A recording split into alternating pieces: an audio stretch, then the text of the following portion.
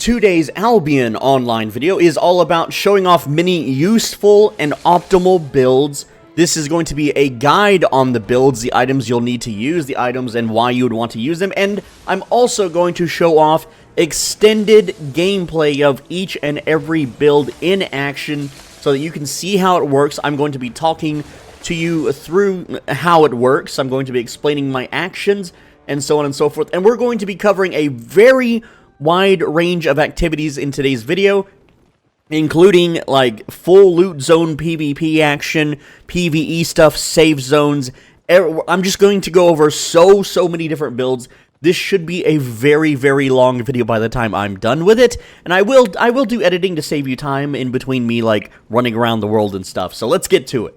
Build number 1 is a Stalker Corrupted Dungeon build that you can clear the dungeon in 6 minutes or less, depending on the layout.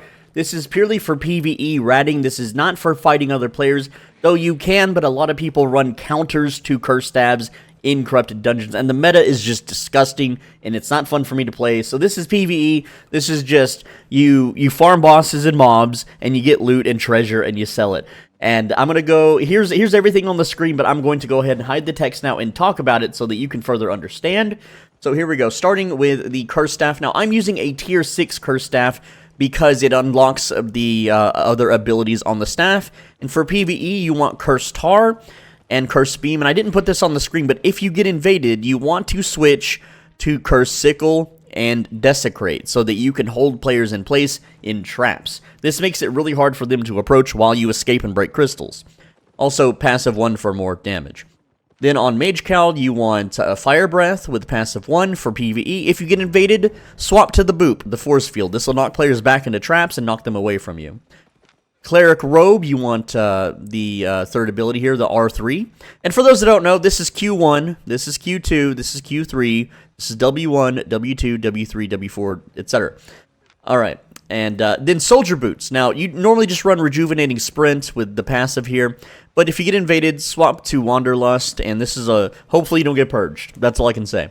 Run a Cabbage Soup, Energy Potions, which you won't use, but it's just really nice to have. And I just use a torch. You can actually go without an offhand if you have very high specs, but you need at least 4.2 if you have no spec. 4.1 works with max spec because of the item power requirements, and I just threw on a 4.1 cape to get my item power. You want your item power to be above 800 for Stalker Corrupted Dungeons. My item power is 847, so I'm able to enter. Now, for Corrupted Dungeons, the quickest way is just being Carleone. You can't be faction flagged while you do this activity anyway. And just exit through one of the four corners of the area. If there are gankers on the map and you're very short on money, just go back into town and exit through another zone and just wander around the zone until you find Corrupted Dungeon. So right now there's 3 gankers on the map, and I'm gonna go ahead and risk it here and just swap some abilities, just like if I was invaded. And I'm pretty good to be safe. I'm gonna go ahead and cut it to when I'm in the dungeon now. And remember, this is not a corrupted dungeon. This is a solo dungeon. We're going to find a corrupted dungeon. Also, if there's no gankers and you come across a boss, this build does melt bosses pretty quickly here. So I'm just going to show you the speed at which I can kill things. So let's go ahead and just drop a death curse here. And, you know, just hit our spells, make sure we're dodging. And again, we don't need the capes and all those crazy abilities. You can see here that this boss is already toast, even though... Yeah, I'm just in flat 6 here, so, again. It's worth it to stop and kill these bosses if you see them. You know, 30k fame, pretty good, and some items, all set. Okay, this is a Corrupted Dungeon. When you mouse over, it says Corrupted Dungeon. You want to make sure that Stalker is selected. We don't have the item power for Slayer. I'm pretty damn close, actually. Slayer is... you get invaded way more often, and you need much higher item power. So if I put on full at max spec with full 4.2, I could probably, or flat 6, it looks like I could possibly make it. But this is just for Stalker, and we're gonna go ahead and enter the Stalker dungeon. And now I'm going to walk you through an entire Stalker dungeon. So if you don't care about Stalker dungeons, skip ahead to the next build. Now this is a PvE build, so we're not touching this shrine. By touching this shrine, you're more likely to get into a fight. We're going to eat the Cabbage Soup, which you could wait until you're injured to eat that. But I've got my PvE skills all set, and I want to look at the map now, and I want to find the boss spawn. So this is a boss spawn because it's a dot in the middle by itself. This little shape that looks like a cross with some mobs, that's a treasure, and then this one. So there's always 3 bosses, and then this empty space is the area in which the main boss will spawn. So you want to make a route to hit up all these bosses, but also not backtrack too much. So I'm going to start. I'm going to clear to this guy, and the faster you clear this dungeon, the least likely you will be invaded. So again, if you see these little chests, make sure that you pop them, because they can have loot in them, sometimes good, sometimes not so good. And the way you're going to do this is you're going to cast your Death Curse first, put the puddle under the enemy, maybe leave some auto attacks. This should stack to 4 and explode and kill the mob. Now, your Death Curse will be on cooldown, so for smaller mobs like dogs and bats, you just put a puddle under them and they die. They just immediately die. So there we go. And then my Death Curse is back, so I can Death Curse this guy, maybe hit a few autos while I'm walking away, put a puddle under this bat, and you can see that I'm moving very, very quickly. Now, for groups of mobs like this, we put a puddle under them, we let it stack to 2, push our W, and that's going to melt their HP bar like so. For a single target, you can just put the Death Curse in the puddle, and they're dead. They're 100% dead, you don't have to worry about it anymore. Even for other single targets, you can still W them. And you can see that I'm clearing very, very quickly. And also an item drop, very nice. There we go. And again, you can be popping boots while you do this. You can even use your helmet to kill things slightly faster if the enemy paths out of your puddle for whatever reason. But you can see here that, you know, I'm able to continuously move. And this failed. So I Death Cursed him, but I didn't aggro him. So I dealt, like, no damage there. So I went ahead and used my Fire Helmet. I've got a puddle under him. I'm going to attack this guy. And I'm taking some damage now. So I'm going to pop my armor, become completely immune, and just nuke this guy down during my immunity phase. And look at that. Now that I'm out of combat, that cabbage soup is healing me right up very, very quickly. So there we go. Death Curse in the puddle. We're just going to walk right past this lad here. This infernal monstrosity. And then he pops. Now, before I engage the boss, I'm letting my HP return to full. And then I'm just going to dump all of my spells all at once. Weave auto attacks. Dump another puddle. I want to constantly have this boss under puddle. And I can just keep out of range and dodge his attacks. Once the puddle, or once my Death Curse is popped, I want 2 puddles into a W. And I want to cast W when he's not casting something, because then I lose damage. Alright, and then again, I just cast my Death Curse every time it's off cooldown. My Helmet, which is that Fire Breath spell, every time it's off cooldown. Cast Puddle every chance I get, and the boss falls. And this is a Fame Tome chest, of course it is. Boo. And there we go, got really crappy items. And yeah, Fame Tome chest happened, so let's pop boots. And you want, again, you want to clear this dungeon as quick as possible. Now, you'll learn certain mob movement patterns, like how they move, how they jump, how they engage. There's spell AoE abilities here, but your puddle and your W spell is one of the highest DPS combinations you can do, and you will not have mana issues. You can see that even though I have energy potions, that's just in case, but I don't really need them. So again, this time I puddled and then Death Cursed that guy. I didn't need to do that. Now, these bigger enemies, these demonic sorcerers, well, they can really put the hurt on you, especially with a lot of explosions. But our build allows us to put puddles on the ground, dealing damage over time while we're evading the enemy's attacks. That's why I love this build. It is foolproof and easy to do. Now, these are melee guys, so I'm going to move near the ranged guy, then put the puddle down, then select one of the melee guys because they have more HP, and then use my W spell on them so that they all die at the same time. And hopefully not a tome chest. It's a good chest this time, only 3,800. I don't have premium active. So you can see here that we've almost completed the dungeon, and by the time I clear these mobs, I can fight the boss, then I can run and fight this boss, and then go to the next floor. And I could do I could do this in like 6 minutes. Now you'll know, like for me, my recording software says I've been doing this now for 5 minutes. You can verify this by looking at the playtime on YouTube. That's fine. And you can also pop armor to avoid traps, like so. Now, this guy, I only got 2 curse stacks on. I'm actually not doing very good with the puddles at the moment, but that's fine because, again, this build is very, very forgiving. This build is super duper forgiving. And, see, I'm even stepping into the traps, but I'm fine. Like, you'll notice there's a lot of builds, a lot of meta builds. People will make guides on how to do things, you know, in corrupted dungeons, as one would, you know, on YouTube and Twitch or whatnot. And you'll notice that while their build is amazing at killing players, their build has lots of control. Their builds, you know, have lots of mobility, but they don't kill mobs quickly. They cannot clear mobs, so if they don't get a fight with a real player... Also, there we go, we popped the boss, we're right next to the boss, so good pathing on me. And yeah, we're at 6 minutes, so I'm a little bit behind my normal speed. I'm a little rusty. Now, there's 2 different bosses for the main bosses you can fight. And again, you just stack puddles and you just avoid their spells. That's all you do. And just cast your spells when they're off cooldown. It's brainless, it's easy. And when he does a laser, you could pop your armor if you don't want to take any damage, since that's not really something you could dodge. But, you know, you can weave auto attacks. One thing that I see a lot of new players not do is weaving auto attacks when their skills are on cooldown. So, again, see, I can auto here while I'm dancing out of the fiery flames. Hit the laser, and see, this boss is, like, pretty much dead here. I hit him with the death curse, hit my helmet, my armors.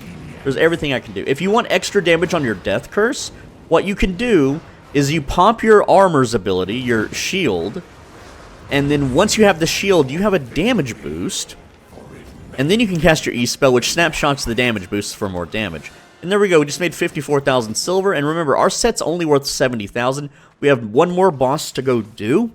And so we can just skip all the mobs. We don't need to kill the mobs anymore. Once you have gotten the maximum amount of points to unlock the main boss, you can no longer be invaded.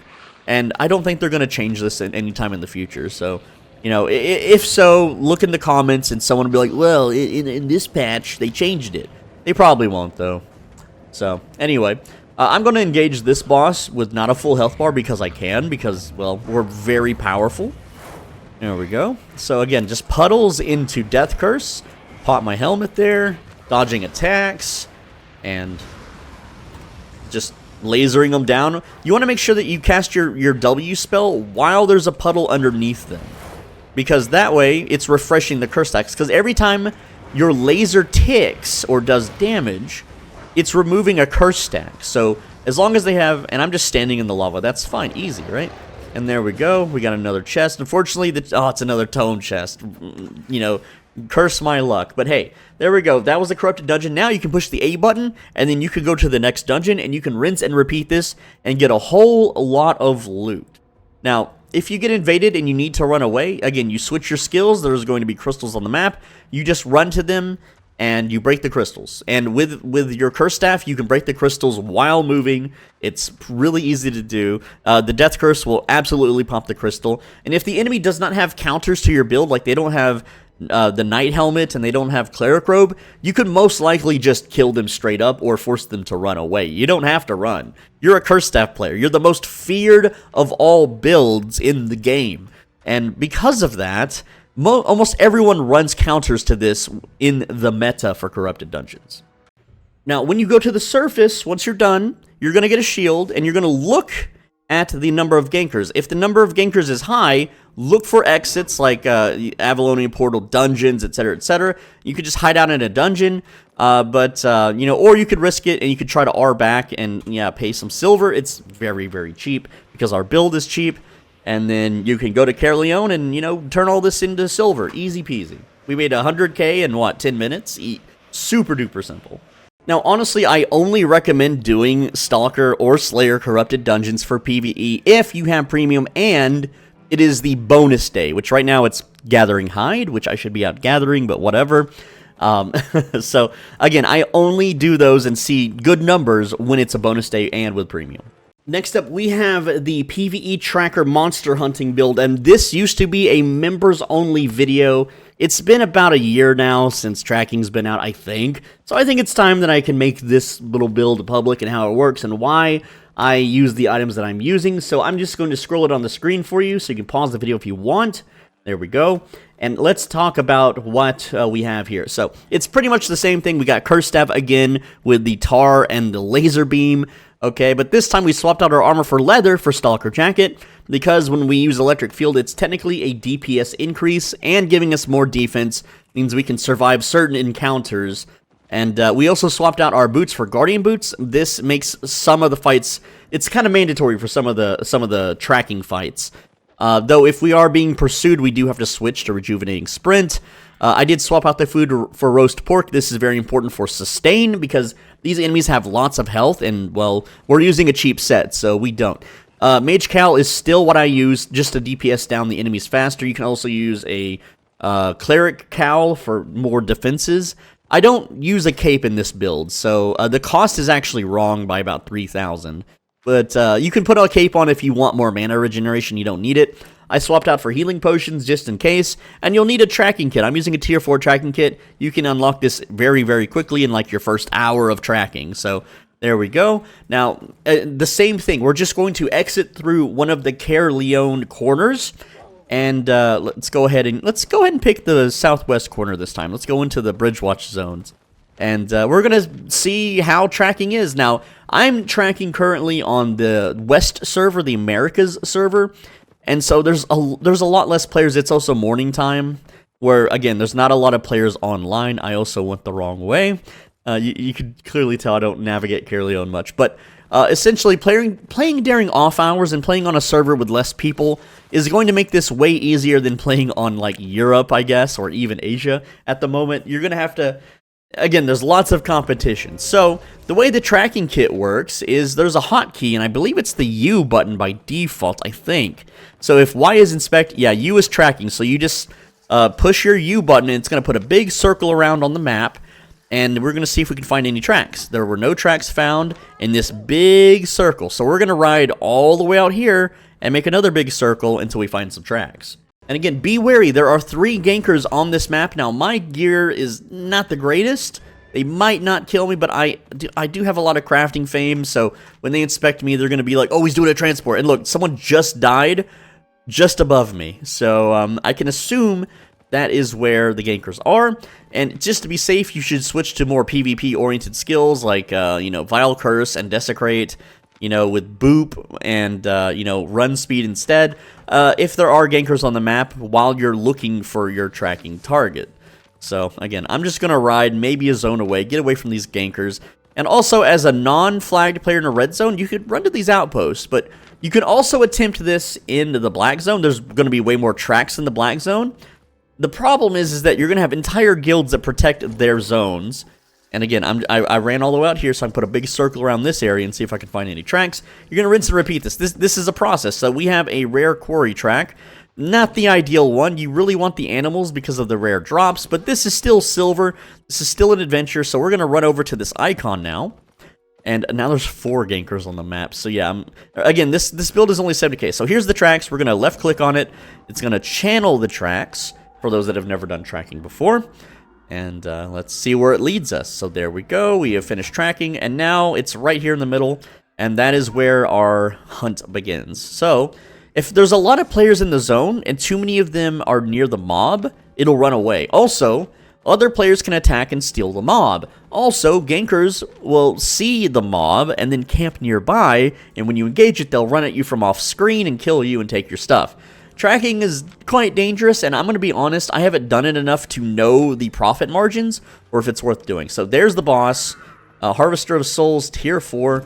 Again, this should be a pretty easy fight, and we fight them the exact same way. We open with the curse stack, we put a puddle down, hit the armor, just try to DPS it down, damage per second it down as fast as possible, dodging its attacks, casting laser when we get a chance, and again, just dodging its attacks, putting curse stacks on, trying not to aggro the other animals around or near it, and I don't know what that puddle does, but I don't want to stand in it. It looks dangerous. I've never fought this enemy before, ever. I don't know what his attacks or his skills are. This is the very first time I've ever encountered this enemy, and you can see he's like attacking me with stuff. I'm using my growth boots here, trying not to get my mount despawned, and you can see this is a pretty rough fight, right?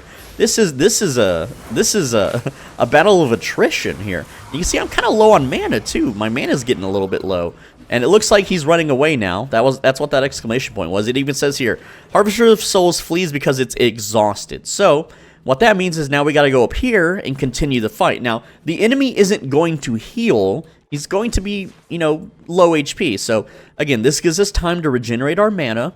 Now, if you ran away, that just resets the fight. He'll reset to full HP. You gotta start all over again. So, we could do something about mana by switching our offhand, but I tend to not need it, and I was going pretty hard with the skills.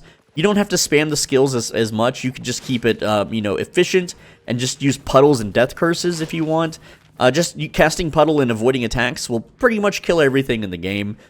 Mostly everything in the game. And here's a dead player. Let's see. No good loot. What was his name? What's your name? Jocelyn. Rip in peace, Jocelyn. Alright, so that is the tracking that we need to do. This is so we're still tracking, but we got to clear the mobs on top of the tracking. So again, we're just going to clear these mobs out real quick. I'm waiting for them to cast their abilities. There we go. Then I hit my abilities while I'm not standing in theirs. And that's generally how you do PvE in this game. I got clipped by that, so now I'm bleeding.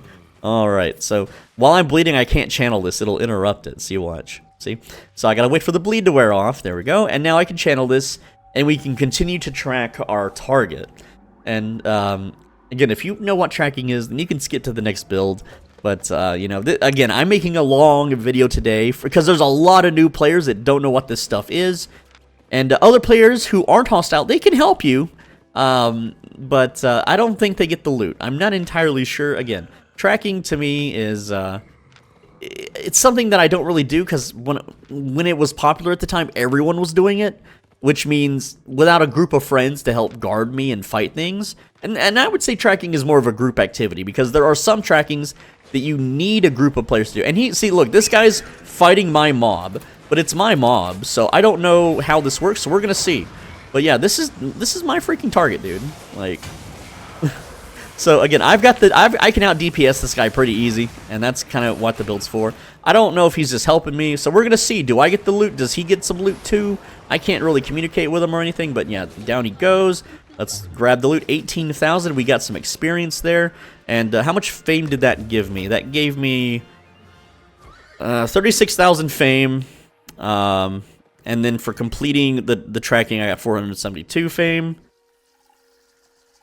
And it says I received... Oh, no, wait. That's combat fame credits being converted because I have auto-respec on. That's what that is. Oh, see, did you hear that noise? This guy is also tracking. So, interesting, right? Anyway, so that's tracking. And how much did we make in, what, 6 minutes? We made 20K. So, not a lot. But you can get rare animal drops. You don't have to track the quarries. That was just a silver pile icon. You can track the rare animals, which gives you potion ingredients for upgrading, you know, enchanted potions and ingredients for the beast shapeshifter staffs. And if you get, you know, a rare one, then, hey, that's money in your pocket. I don't know the silver per hour. I'm not experienced enough to tell you this. I'm not going to be doing this. I find these activities, I don't think it's a good activity for solo players. End of. Also, I realized I didn't even eat the roast pork, so those fights, I didn't even have the sustain. This is 9.45% lifesteal, which would have topped me off even better, man. Build number 3 is almost entirely the same thing as build number 2 with a few alterations. This one is for PvE open world mob farming. If you want to fame farm in a red or black zone because you don't trust the yellow zone guides or videos for some reason, whatever, you know, your loss. But essentially, it's the same exact build. We're using the curse staff. Here's the abilities. We're using the Stalker Jacket for damage, Mage Cowl for damage, Guardian Boots in case we encounter a spiky boss.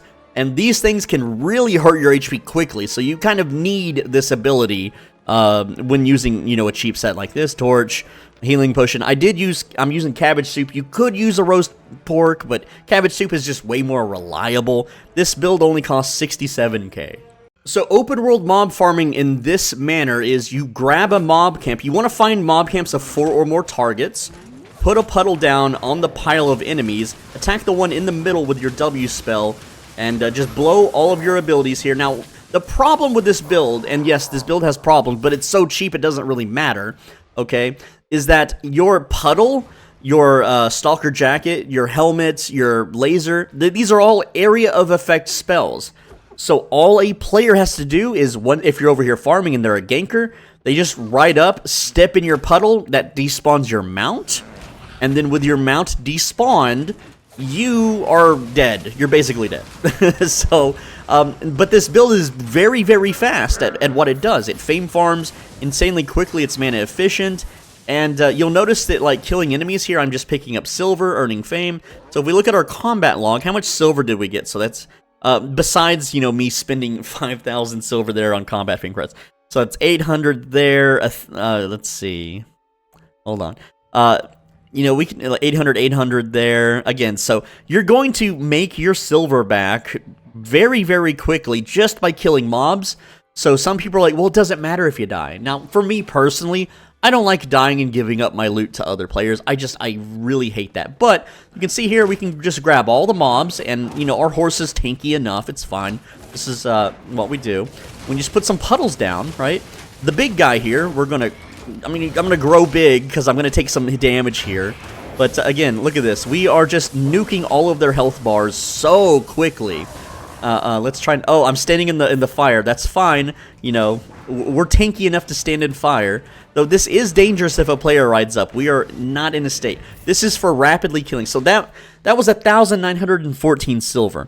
Now, if we take a calculator, 1,914. If you had premium, and we add 50% to that, it's actually 2,871 silver for people with premium. All right, and also an item drop there. So I'm gonna like, you know, you make your silver back very quickly. The whole point of running this build is that it's one of the fastest builds to just kill an entire mob camp on the cheap. And you know, in a 1v1, you can swap to PvP skills. And again, Curse Staff. If the enemy does not have a counter, you win. It's an automatic win. They can't do anything. So you can ride around, and you could do this in tier 8. Like, this gear works for tier 8 black zones. This works in the mists. This works for... it doesn't have to just be open world. I wouldn't use it for dungeons because it lacks mobility. But, like, even, like, these little enemies like this. Like, I put a curse, the death curse on him. He's got 4 stacks. He's going to dash over there for a while. And look at that. We've already, like, halfway killed the dude. Alright, it's a very powerful, it's just really powerful build to stack all my AoEs, and I'm just going to face tank that because why not? I'm still dealing damage even though I'm stunned, because that's just how my skills work. And yeah, again, it's just too easy. And look at that, 149k. We just got a dungeon map, a large group dungeon. Oh man, I'm just gonna. When you get a really Gucci lucky drop, you just teleport back to town. Oh no, I'm paying 90,000 to teleport. Here's why. Here's why your teleport costs so much. Okay, if you look at the item value, your item value of everything, like this armor's item value 500. This is 150,000. So you're paying a tax on that when you teleport home. So I'm just gonna go sell that, and yeah, let's move on to the next build. Also, I promise this entire video isn't just Curse Staff builds. It's not. There's gonna be a bunch of other builds. Don't worry, but like I tell everyone, are you a new player? What is the best overall weapon you should use? Curse Staff. Curse Staff is the most versatile. The weapon line is the very first weapon line you should always max out if you plan to play this game long term. I know on Europe and Asia I played Bear Paws, and that's because I just want to gank people and dismount them. That's the only reason, okay? And we're gonna get to those builds too. We're gonna get to all the builds today. This is a massive video. I'm so excited. I'm like the girl that's like, oh, you don't want Chick-fil-A sauce? The next build is a controversial one, and this is PvP Mist Rat, and this is all flat 4. You could go 4.1 if you want a little bit more power, but essentially this is a 9,000 silver build, and the entire point of playing it is to rat other players and take their loot in full loot mists. So, it's a Curse Staff build, and here we go, just Q1, W1, passive 1, you got Hunter Hood. In case someone fights you, you hit Reflect, that's going to deal more damage than any other helmet that you can possibly use. Cleric Robe buys you enough time to possibly get the kill. Soldier Boots, Wanderlust allows you to chase wounded players. That's all there is to it. You don't need an offhand, it's a waste of money. You don't need cape bag, potion, or food. If you need to carry someone's loot, you either pick up their bag or you switch to your boots carry weight. That's all there is to it. You're using a mule so that you can be dismounted and immediately start combat. It's so cheesy. Funny enough, this guy says, swollen mists? No way, it's so over. The angry cat. He knows I'm ratting the mist. I'm so infamous. And before I show it off once again, I have 2 entire dedicated videos to this that are kind of recent. I have this one, it's a month old, Mist Rat Guide to Easy Millions. If you want more info and just to see how much you can make, I also made this exact same guide a year ago called 100% Win Method in Mists. I broke the game, and you're going to see me make multiple millions of silver with these methods. It's so funny. Now, I don't recommend that you PvE with this build at all. It's not very efficient. You could do it. It's super cheap, so you don't really lose anything by doing it. But in Brazilian, you're going to go to the Mists and then go into Solo Lethal. Don't do the duos. You can't kill duos, unless you get real lucky, I guess. But all you're going to do is you're going to use your mule, and you're going to ride around to the hotspot. So we got a gathering spot, we got Turbulent Mist, a camp, and a gathering area. So where am I on the map? I'm in the very bottom, and I'm going to ride to this Turbulent Mist. And what I'm going to do is I'm going to wait for an opportunity to kill another player. Not in a fair 1v1, not anyone with full HP. I'm simply going to just hover around hotspots, and when a player gets low HP, I will use mobs or other players' AoE abilities to simply kill them. And as a Curse Staff player, I deal tons of damage. I have mobility with the Wanderlust. They can't really run away.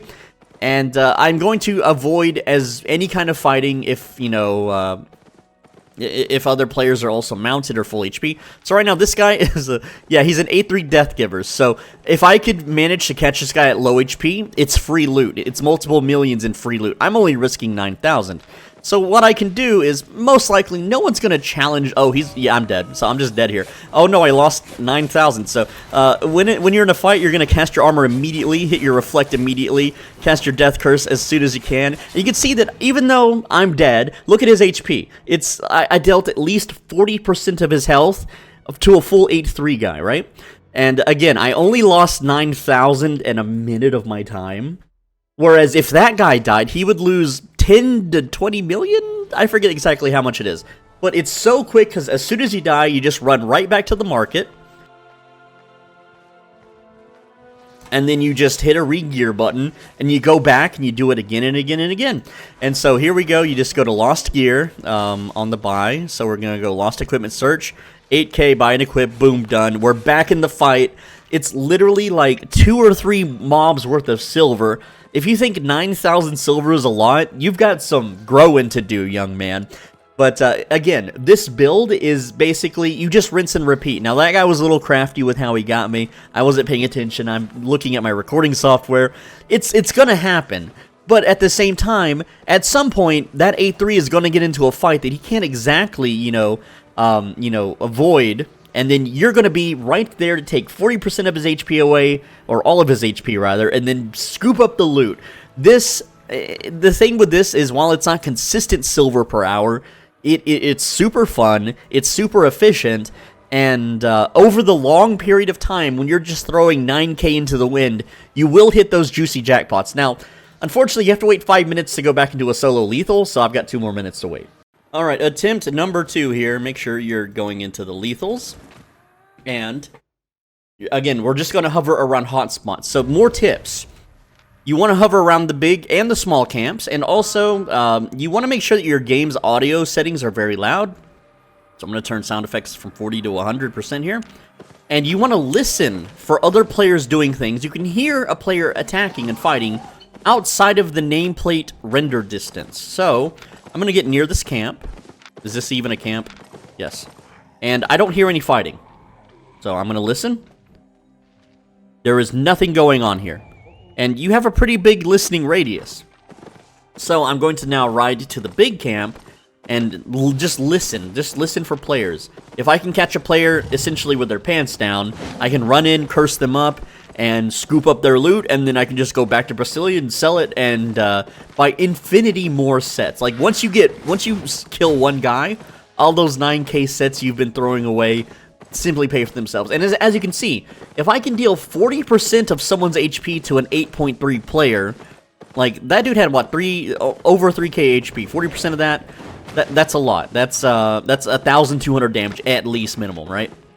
So, like, if I can catch any player with less than 1,200 HP, and I'm going to deal more damage... Oh, here we go. So, you can hear this guy fighting. He's in a 4-4 Death Giver. So, I can't see his nameplate. And I can't really hear him either, but... Let's get a little closer. See, now I can hear him. I can hear him slashing a mob, right? But I can't see his nameplate. He can't see my nameplate. And, get a little closer. Now, clearly, this guy, there's a... No, still no nameplate. Oh, wait, there it is. It's in the very... You can barely see it in the top corner of my screen. Now, he can hear me mount. Like, oh, his HP is getting a little low there. 2,300 right now, right? And, yeah, if his HP was lower, like, he might not even see me. So, again, we want that HP low. We want that HP nice and low. And, well, he's got soup, so he's going to heal. He's coming towards me now. You can see his nameplate bobbing towards me. So, again, we got a Nightfall Abbey. This is a tier 6. We're gonna cover builds for this later. This build is not optimal for this. So, if you want, you technically could jump in here and make your silver back immediately, right? But it's slow. You're not efficient in a flat 4, even with the max spec like me. Okay? So, we're gonna, again, sometimes these mists won't have a lot of players, and sometimes they'll have a lot of players. So you just have to hover around the hot spots until you find the Gucci Juicy players, and then pop them, and sometimes there's even loot on corpses. Like, really gooched out, like 8.4 players won't loot everything that a dead player has, so you can just make free money that way. Also, sometimes you can find enchanted mobs, boss mobs. I would say it's worth it to try to kill a boss mob. You're a curse staff, so you can absolutely do it. Depending on the tier of the zone. But yeah, just ride around until you find someone in trouble, and then take advantage of that trouble. Also, one thing you shouldn't waste time doing is fighting other rats, essentially. This guy is a flat 4 fire staff user. He's got 4-1, like, mage robe and stuff. I could probably kill him, but, like, his set's worth nothing. Okay, like, 2,000 on the weapon. Half of this is gonna trash. The mount, again, this is a waste of time for me to fight. So, there is no reason to engage that guy. But as rats, you can work together to kill a bigger target. Enough of flat 4 guys can take out the 8-3 Deathgiver dude. No problemo. But you would have to coordinate. I'm muted and I can't coordinate with anybody, but it is a viable strategy. Also, if you see a Gatherer, you're almost never going to be able to catch these guys, especially with mining work boots, you know, any kind of sword users, you can't purge them. So don't even think of them as targets. You won't be able to rat them at all, but like, what...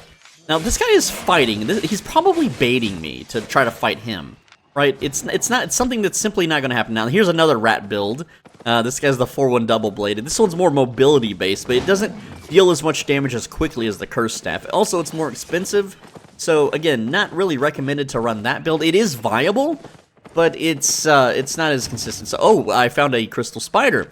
You technically could solo a spider, but there's a lot of players hovering around. We got this guy. Oh, little carving sword guy. He's wounded.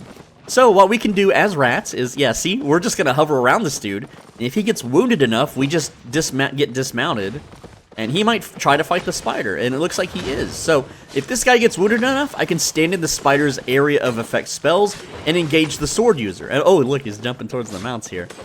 All right, and see, so he's thirsting. I'm thirsting. And the sword guy, he's baiting us. He knows what this guy knows what he's doing, man. But he may not. He doesn't have spec. He's like 83 in carving, and he's not anything in Mistwalker jacket. He does have Undead Cape. Be aware of Undead Cape. It does make it very easy for players to retreat. Now, me being a rat that I am, I don't want this guy to kill the spider, right? I'm actually just gonna, well, maybe. My mount is so close to being dismounted.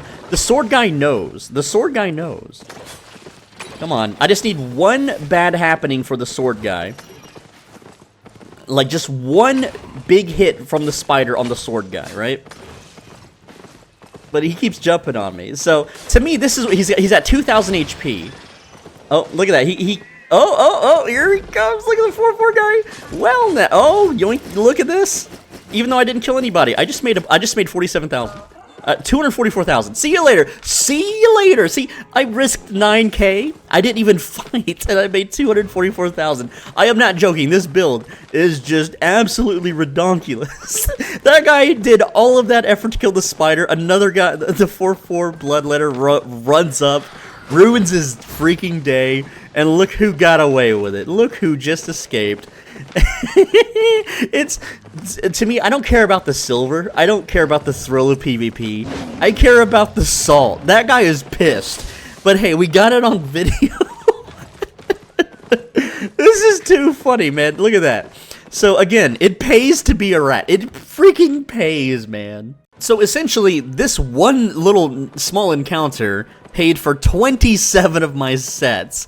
So again, you're going to get multiple encounters like this. It's not consistent, it's quite random, but I have spreadsheeted every single one of my ratting sessions with this build.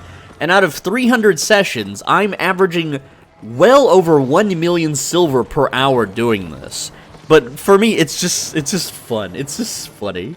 And now for a PvP punching up build. What this build does, it counters a lot of melee. it allows you to punch way above your item power class on the cheap. So essentially, if you are fighting other melees, not so much spellcasters or anything, but other melees, then you can win with inferior item power, and I'm going to prove and show this to you. So here's the build, and let me go ahead and hide the text now and talk a little bit more about it. So we have the Wildfire Staff. Q1 allows you to spam high DPS firebolts. W2 lets you get some spacing from melee. The E ability deals, it's basically your punch-up ability. As long as you can land this, you're dealing tons of HP to even really Gucci-geared players. And the passive 3 lets you cast much faster. The Tome of Spells lets you cast much faster. The Cleric Robe will buy you some time while you just pump firebolts into someone's face. The Soldier Boots, you're going to be using the Rejuvenating Sprint most of the time. But some people who have high mobility builds, you might need to use Wanderlust. Hunter Hood, again, this lets you just be defensive with extra damage resistance and deal damage back to the enemy when they pop their combo on you. It's free damage. It's the most damage. Heretic Cape is a kind of a niche choice, and this thing is great for melees that jump on you and you don't have any other option. You pop your boots. They're rooted in place. You pump them full of firebolts. They die. Poison Potion is a huge damage modifier that also allows you to kill higher IP targets, and you throw this as soon as their undead cape is about to pop, and they will die most of the time. The Beef Stew is the higher DPS choice over Omelet. Omelet is the better mobility choice, but Beef Stew overall is going to let you punch up even harder. This is not my build. This is Toxic AF's build. This is what the video looks like, Murdering in the Mist Volume 2. And this was done 6 months ago. His channel name, Toxic AF, 716 subscribers. Wildfire Solo PvP, Murdering in the Mist, Episode 2. So go check this video out, and I'll tell you why. So at this part of the video, he encounters an 8.3 Bloodletter Stalker jacket. And yeah, this is a very dangerous build that he's up against. He's in 5.1. I just showed you his build. He's in 5.1. This is his opponent, okay? And this is a 1v1. 100 to 0. Completely fair. He didn't catch him off guard. No one's ratting anybody. And look at that. It's like not even like 20 seconds later. This guy is full dead. He still has half his HP. And he made 17 million. Like, he has a 150k build, and he made 17 million. Super easy. Consistently. And if you don't believe me, his character name is Powerful. Go look him up on Murder Ledger. He's got multiple kills like this. And in the videos, too.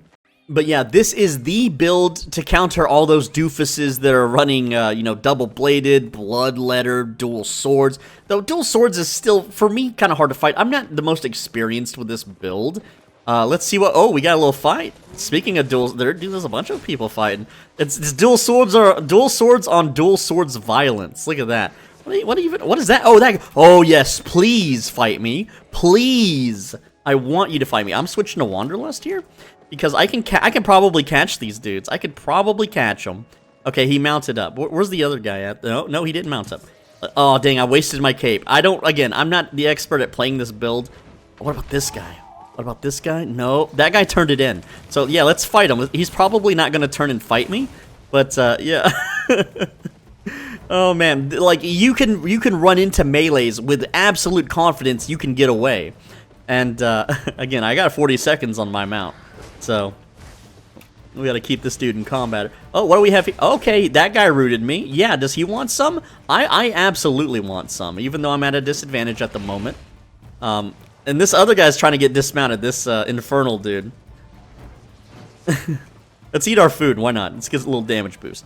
You know what? Let's pump the infernal guy. Let's get him in the fight. Let's get him in. Oh, missed me. See, look, I can fight absolute confidence. As soon as he ease me, yeah, there we go. There we go. And yeah, we can just pop all of our things. Look at how much damage I'm doing to this guy. He's dead. He's basically dead. And throw bomb potion, why not? Did I throw my potion? Okay, well, I think I just did a bunch of damage into his reflect. Let's see.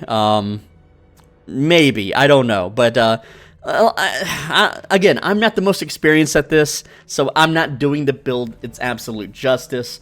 But you can 1v1 melees. I don't think that entirely was a 1v1. I'm gonna review the footage. Alright, so this was the scene. I pumped half of my abilities on this guy, and look how low he got.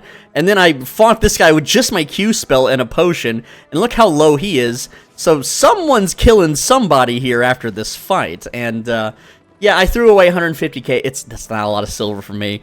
And yes, I know that these dual swords guys, you know, their sets were probably cheaper, so it wasn't a good trade. But it is a thrilling fight, and I could have just ran away, you know, and used heretic, you know, cape if I used it properly. Again, I'm not experienced in this build. I have like maybe less than 5 fights under my belt with this build. I just wanted to share it because players that know what the hell they're doing can really kick ass with it. And just to show you the raw damage potential, okay? So here we go. Let's see. Now that's the first. The second guy jumps me right here, so he gets hit by a firewall, and then he gets hit by the boulder. And look at his HP right now. He's down 20%, and then if you look down here, he's down another. What is that? 40-ish%. Yeah. So he goes from 80% to 40% life in just like 2 hits. Whereas this guy, I start firebolting him. And he goes from 80%, just trading fire bolts, down to 40, like not even 40%, not even, right? Down to at least 20% just from Q spam. So again, if I was to land all my attacks on just this guy and not both of them, I don't know why they decided to fight me. It's kind of weird, you know, that they're ganging on me, but I guess I am the counter to their build, so it makes sense. I don't know, man. You know, not a fair fight, but the point is that, dude, this build slaps against melees. But yeah, go check out Powerful's video, Toxic AF, okay? He hasn't played in a long time. He hasn't been online in, let's see, 5 months and 10 days. So yeah, it's been a while, man. Alright, so this guy, he's got, okay, we're gonna fight. We're gonna do a little 1v1 here. So it looks like he's willing to fight. Nice little even fight here. Let's go. And go ahead and pop just my defensives here. And let's see if we win. And look at that. Look at that damage that I'm dealing him, man. Oh, jeez. Now, he's hitting me pretty hard, too. But look at that. So, this guy had higher specs than me. 200k. Very nice. Nice little even fight. And I'm glad that he decided... props to Glacier here. This guy's a total Chad. You know, decided to fight a literal counter build. I think it was a decent fight. You know, very fair, very even. So, you can see that it's just a counter to melee. It just is. And, you know, like a Bloodletter, you know, like, if you do your cooldowns right, I probably didn't even, I'm not doing this build justice. I'm gonna be real, I'm not much of a PvPer with Fire Staff or anything. Well, Wildfire Staff. You gotta go watch, you know, that video that I linked, that I showed on the screen. Please, it really does it justice. Again, I didn't even pop boots. There's a whole bunch of stuff I didn't even properly do, man. Next is a more all-purpose PvP build that is it's one of my favorites for, this is for red and black zone stuff. I'm going to show you a variation of this build later for yellow zone ganking, which is, again, we're going to keep the yellow stuff later in the vid. But essentially, we're using, it's a bear paws build that can dismount players. It's good for open world ganking. It's good for mist ganking. It's kind of an all-in build. You can't really run away. If you pick a bad fight and they turn and fight you and it's a counter build, you're basically toast. But for everyone else, you catch them off guard, and that's the whole point. You just catch them off guard, you hit all your abilities, you will most likely kill your target, and if you dismount a player, you can chase them down and kill them without needing to purge. This is purely damage, and very low skill ceiling. Let's go over it. We got Bear Paws with the Q3 ability. This is the root players. W2 lets you chase them. Passive 1 for more damage. We have the Stalker Jacket for damage, because you're going to be on top of your target. The Stalker Jacket's going to really do its job. And Stalker Jacket is one of the better armored leather jackets. Mage Cowl is for more damage. Royal Sandals is for chase and more damage. Beef Stew for more damage. Poison Potion for more damage. We got damage on top of damage. I do not recommend this build for corrupted dungeons for PvP. You can use it for PvE. It's okay, but not for PvP. There's too many meta counter builds. Just don't do it in there. And the whole point of this build is overwhelming your opponent with superior item power, unlike the previous Wildfire Staff build where you're using inferior item power. You want to be 1 to 200 over your target, and you will almost always squeeze out a victory unless they're, well, a Wildfire Staff. Or a Curse Staff. Those are pretty dangerous too. So here we have a 4-4 guy and a 5-3. This is a pretty tough fight, but if I get the jump on him, I might be able to kill him, especially while he's out here fame farming. So I'm just going to flag up off... Oh, I am busy. I got to wait for my silence. I'm going to flag up off the screen and stalk this guy and kill him. Maybe. We'll see. It's a tough fight. The entire point of this build is to run at a player and attack them as a surprise. So yeah, this guy, he says, wait, let me take a photo, please. There's an 8.3, he says. Now, here's the thing, right? I wanted to murder this guy, and I don't have the surprise initiative anymore. He sees I'm PvP flagged. Maybe he thinks I'm nice because I'm Mr. YouTuber man, but I am, like, he's just following me around, and I'm not gonna be able to freaking beat him in a 1v1. So yeah, it's not happening. We gotta go different map. You know, maybe go into the mist. Oh, that's a flat 7 guy. Now, okay, that's another tough fight. Battle axes are anything with sustain is notorious for like squeaking out a win, but he isn't plate. Ew, this guy's build is gross. I want to like. Maybe see if I can catch him with his pants down, right? Again, this is a very sneaky build. You gotta listen in. That's why my volume turned up right now. You gotta listen for them fighting from off their screen, and then when they, they're fighting mobs or they're busy, you jump them. You just full-blown jump them, and then hopefully they can't get to one of the exits. But I'm gonna keep looking for victims. Oh man, there's a big juicer. Now, he is a fire staff, though, and I gotta take that risk. That guy is a big juicer. Oh boy, is he a juicer. Man, what's your stats, bro? Are you, you've never killed a player? You have never killed a player. You're a little whale. Someone's a little whale. Now, can I dismount them? Like, they've spotted me, and that's bad. But are they confident that they can stick around out here? Okay, let's see. What are you? You're riding a boar. I can dismount that. I can absolutely dismount a boar. Especially if you waste your boots. I've got to try for this. I've got to try for it.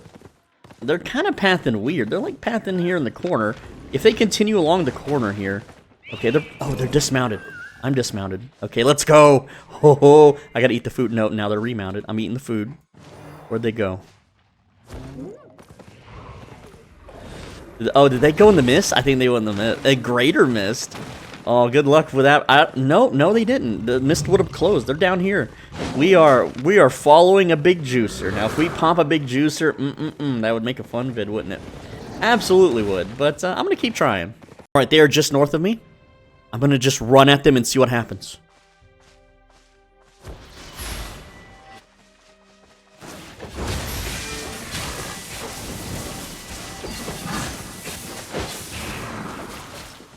Oh man, oh we were so close. Now I didn't break their mount, so they could still escape. But I have W and E in like 3 seconds. This is a big juicer, man. My heart beats. Oh, my heart's shaking, man. My heart's beating. My heart's beating. Oh man, we're about to get paid. Oh, that is my. Oh, look at it all trashed. It all trashed. No. Ooh. Oh, they're out here gathering. This is peak Albion. This is why people play this game. They love this part. I risked 400k. This dude. Whoa. Ooh, thank you for the mount, kind stranger. Oh my goodness. This is my favorite Albion video now. I love this build. 3 million. I just made 3 million. But, oh, dude, his fucking weapon. Look at the weapon. The weapon was worth 8 million trashed. The armor, 2.8 million. I'm pretty sure that trashed. The helmet, 1.7 million trashed. My freaking luck. The boots. Did I get his? I didn't even get his boots. Dude, everything trashed. Dude, this is how Goldstein feels every freaking day, and my heart can't handle this. I gotta go like take a break. Hey, fucking peanut butter. He's like, hey, you got him.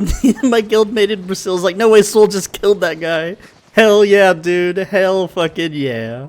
And we got it on film, and you're in the video, dude. And I bet some of you are gonna feel bad. You're gonna feel bad that I, pumped a whale. But look at what he was doing. He wasn't playing the game efficiently at all. He was just, like, he just card swiped and then was fucking gathering. With, like, not even in a good zone. Not even sure what he was doing, man. Just, if people don't watch my videos, I can't feel bad for them. That's just how it is. Okay, let's take a little PvP break. That was a little too intense for me. Okay, we got Earthsign Maulers. This is a Budget Mist and Abbey PvE build that will rapidly clear camps meant for the red and black zones, mostly for mists and abbeys, but you can use this for open world mob farming.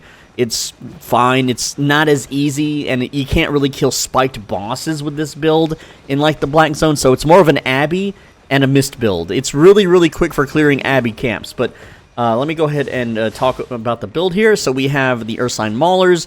Q2 is for mobility and damage. W1 is mobility and damage, so you can escape gankers, kind of, sort of. The E ability is where all your damage is from. This is what wipes out entire pools. Then you have Cleric Robe. You're just wearing this so that your E does more damage, but also you can go immune and then cast your E, and you're going to deal even more damage. So again, this is purely just pure damage, right? And while I would say Stalker Jacket's a viable alternative, it really nerfs the damage of your E. You really want to pump up your E damage as much as possible. Mage Cow, as far as pumping up damage, it is cloth, but the Fire Breath can't be beat for damage and AoE. Guardian Boots lets you tank mobs, especially in Abbeys. Like, if you get a tier 8 Abbey, you're wearing 4.1, so the mobs are tough. But with these boots, you can still clear them. You can still clear rooms. Beef Stew for damage, Minor Healing Potion just because it's super cheap, and it comes in clutch sometimes, so you don't get downed. But that's pretty much it. So all you do is you find, a mob camp, and you want to pull the big mobs, not the little ones. The little ones don't really help you clear the camp quickly.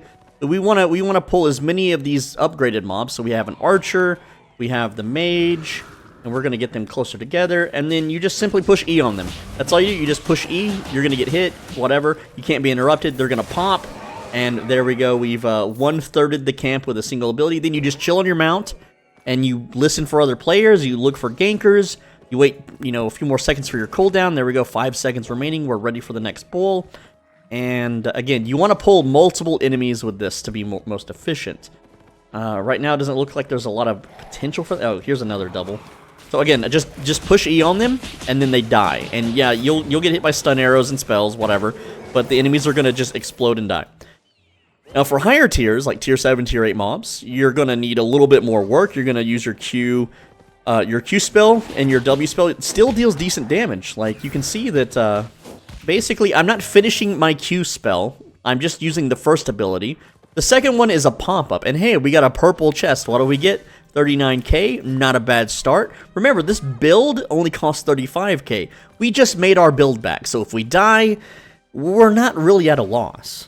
Also, this is good for, like, rescuing the wisps. You just dismount, and you just kill the enemies here, and then they'll pop before they get to cast their spells. And yes, I am 100 spec, but it still deals ridiculous damage even with no spec. It is by far, this is by far the biggest AoE that hits the hardest, okay? It is not the best for single target damage. It is not the best for, like, sustain. It is just a burst ability that lets you immediately kill enemies effortlessly. You just grab them all, you pile them up, you push E on them, you can move the aiming around, and then this guy's gonna explode, and if he doesn't die, that's fine. You got Q, you got W, you got Fire Breath, and then in 10 seconds, you can punch him again. It's very good for mob clearing for cheap. It is the best mob clear for the cheap. And yeah, like a single upgraded mob, they're still worth dismounting and fighting, right? So I'm just going to dismount, fight, it's going to heal, whatever. Pop my, W, pop my Q, pop my helmet, and look, it's already, like, dead. I'm in 4.1, it's already dead. 7k fame, 2k silver. And those are numbers without premium, by the way, without premium. And again, you can farm open world with this if you want. You could absolutely farm open world, but it's got long range, long reach. It's a very wide AoE. There's, and there you go. Like, it's just, it's so easy. Also, it's kind of funny. Oh, an Abbey. Perfect. Oh, but there's a chest. There's an Abbey, a tier 6 Abbey, and a chest. I gotta go for the chest. I'm sorry. I'll find another Abbey, maybe. Possibly. I don't know, man, but... Oh, man, what's the time on that? Okay, I can check the chest if there's no players. I can run back to the Abbey. Choices, man, choices. Oh yeah, there's 2 players, and I'm a PvE set. I can't rat them. I can't fight them. It is absolutely pointless. Let's run back to the Abbey. All right, so when doing Nightfall Abbey, you're going to spawn next to like a tile set. So I'm going to do this tile set. This is my tile set. Someone spawned like right here for that tile set. Someone spawns right here for that tile set. Someone spawns right here for this tile set, etc., etc. So you want to do the tile set that you spawn closest to. And there's a chance a guy spawned here, here, here, here, here. Like it depends. Like someone might go out of their way to go to this one because they like the corners. It's really luck dependent if you're going to run into other players. But for now, I'm going to switch to Refreshing Sprint so I can run away. Whereas if I'm fighting a hard enemy, I'll switch to the Growth. And so the way I'm going to play this is I'm just going to aggro as many as I can, and we'll eat my beef stew. And yeah, just punch the hell out of as many as I can. So there we go. We're hitting like the entire room right now. And those are going to pop. Everything's dead except for this upgraded mob. And so there we go. That's like one combo that I've cleared this room. I cleared this room in like one freaking combo.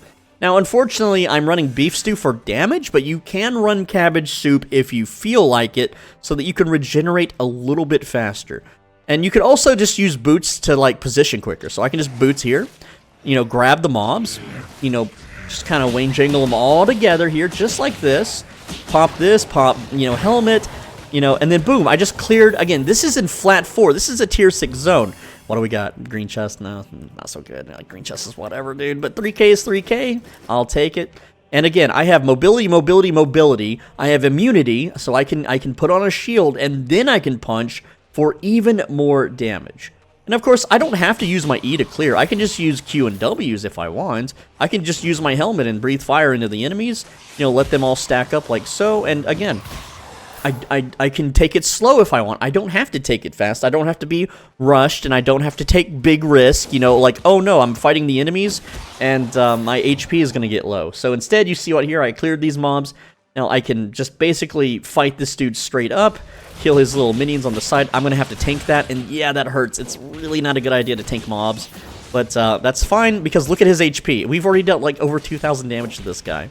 I've still got my armor, my boots, also, you know, because I'm in 4.1, expect to pop your buffs, okay? So, again, you're not supposed to be fighting players with this. You're simply supposed to just kill mobs for fame and loot chests, and that's all you're doing here. Now, because I don't have premium active, the loot is probably not going to be that great, but hey, I've been getting lucky today. We might get lucky, you never know. That's part of the whole, ooh, good old black zone. You might get lucky, probably not, though. And one thing you'll notice is that if you watch streamers that do this shit all day, they're wearing Gucci sets, very high tier sets. I'm wearing 4.1, and I'm just killing everything like easy peasy lemon squeezy, right? It is such a brain dead and easy build, and it's got mobility. You won't fully escape from the double bladeds and the bloodletters if they catch you way out in the open, but I can most likely make my way to an exit. Like, say I got some Gucci loot from a drop. Oh, we got a, what is this, a treasure coffer. And, so you can just get the random loot. So, like, if I do see someone and they are, you know, pursuing me with intent to kill, as in they're popping boots or popping abilities or trying to get close to me, I have enough movement abilities, if I'm aware that they're doing it, to escape and make my way to an exit. Like, right now I'm worth 48k, my build's worth 31k. So, again, it's not a lot. But, hey, if we do loot something Gucci, we can exit immediately. We're very mobile. So we're high burst, high mobility for PvE. It's really great. Now, once the chest spawns, you generally want to try to make your way towards it. And the reason why, and the reason I say this, is there are often times, there's just times when you go into the Nightfall Abbey and there's no one else. Or there's no one even willing to scout the chest. You also, another reason is if you get to the chest and two really juicy players are fighting, hell, you got the mobility. You can get in there and finish them off, loot and scoot, baby. It's that good. So I'm going to start clearing my way towards the chest and try to stack up more of these buffs. Because, again, if you find a similarly geared player, but you have way more of these buffs, you're almost always going to win the fight. Assuming it's a fair 1v1, of course, you know. But and they're not a counter build, or they're using a very gooched out set. But the thing I love about Earthside Maulers is it can't be interrupted, it can't be disturbed, you can't be forcefully moved while you're casting the E. So mobs can only hurt you really bad while you're doing it, right? And, oh,